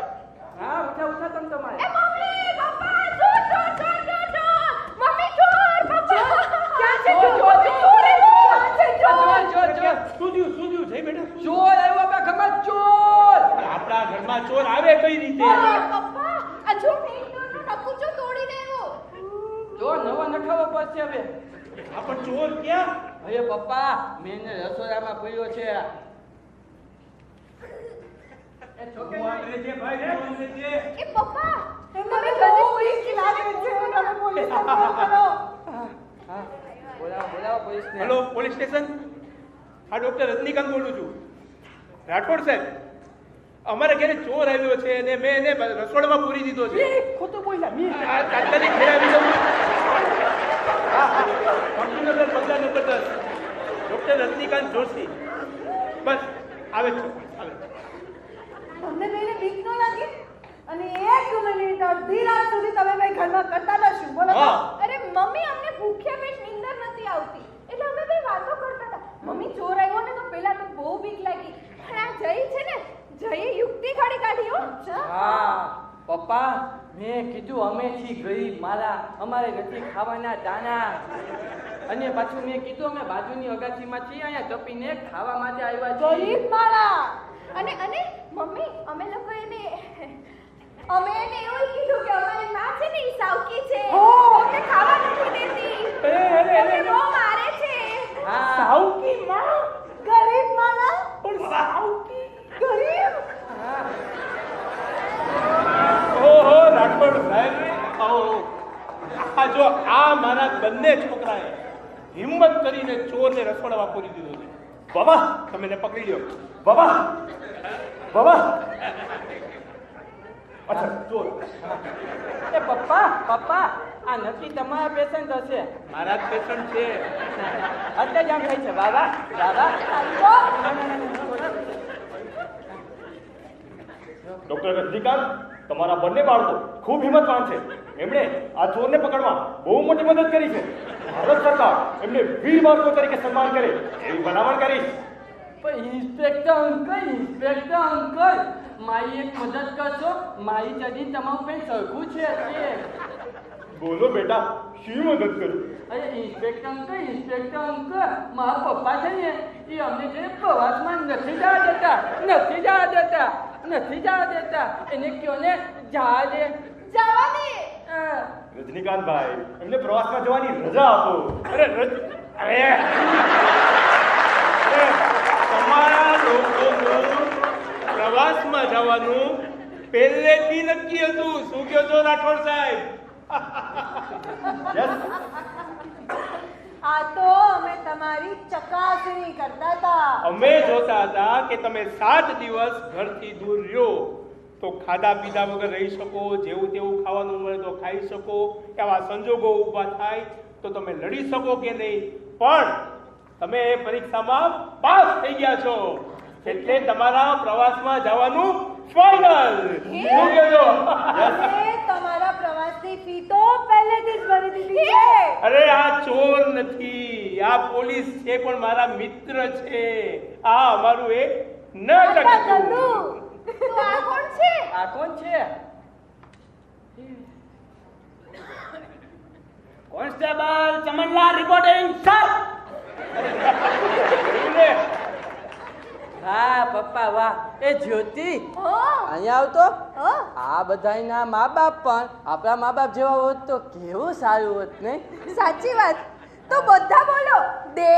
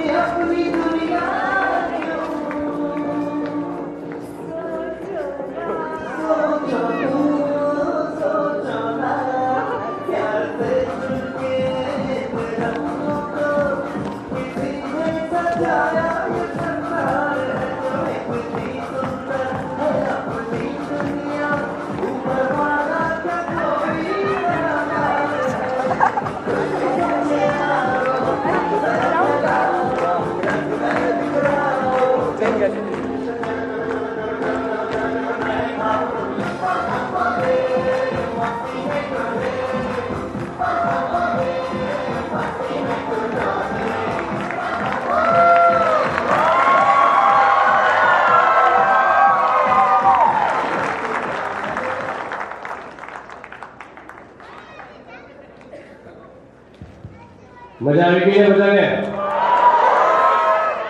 1992 ભજવાયેલું એક વખતનું નાટક 2025 પણ એટલું પ્રસ્તુત છે અને બાળકોએ ખૂબ સરસ અભિનય કર્યો. આપણે બાળકોના જે નાટકો કલાકારો છે એના આપણે બિરદાવશું. અને પંડ્યા સાહેબ ક્યાં ગયા? કેસી પંડ્યા સાહેબ અને એ સાહેબ આવો. એ બંનેને દ્વારકાથી એક સાહેબ આવે છે અને દરેક કલાકારોને દ્વારકા રોલ ઓઢાડીને સન્માનિત કરવાની ઈચ્છા છે. તો હું જે કલાકારના નામ બોલું એ કલાકાર સ્ટેજ ઉપર આવી જાય. મહેબૂબભાઈ વૈષ્ણવ,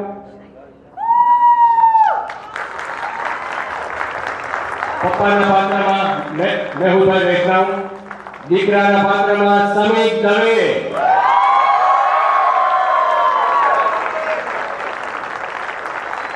દીકરીના પાત્રમાં હેતાંગી વૈષ્ણવ,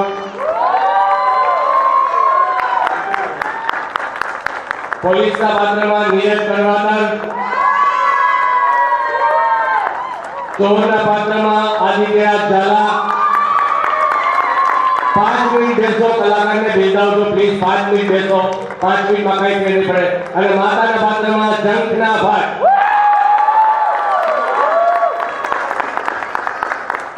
અને નાટકના દિગ્દર્શક નયન ભટ્ટ.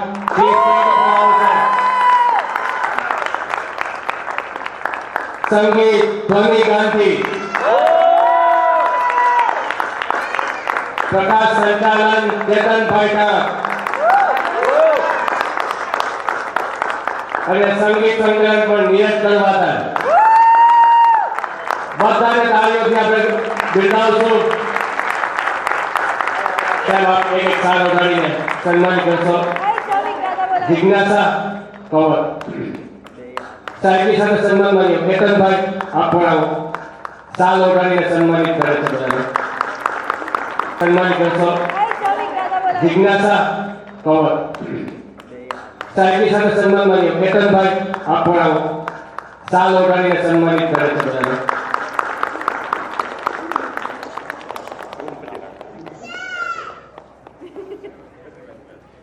બોલો દ્વારિકાધીશ.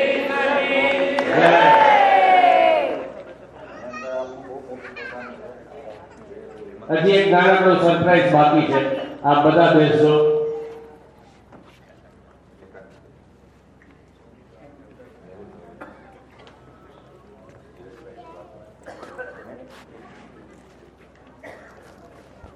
પ્રાચીબેન આવો તમે સ્ટેજ ઉપર. અમારે પ્રાચીબેન એક નાનકડું ગીત ગાશે. આપણે બધા એની સાથે અમુલક દાદાની યાદમાં એક નાનકડું ગીત આપણે બધા ગાશું.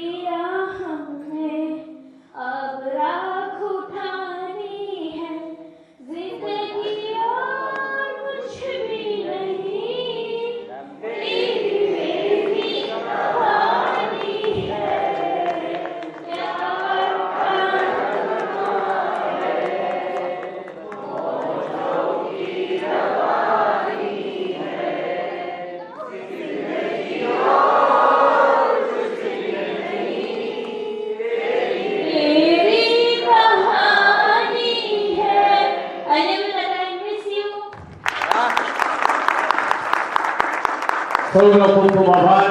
ફરીથી મળશું માર્કો 5/14/2026. Thank you.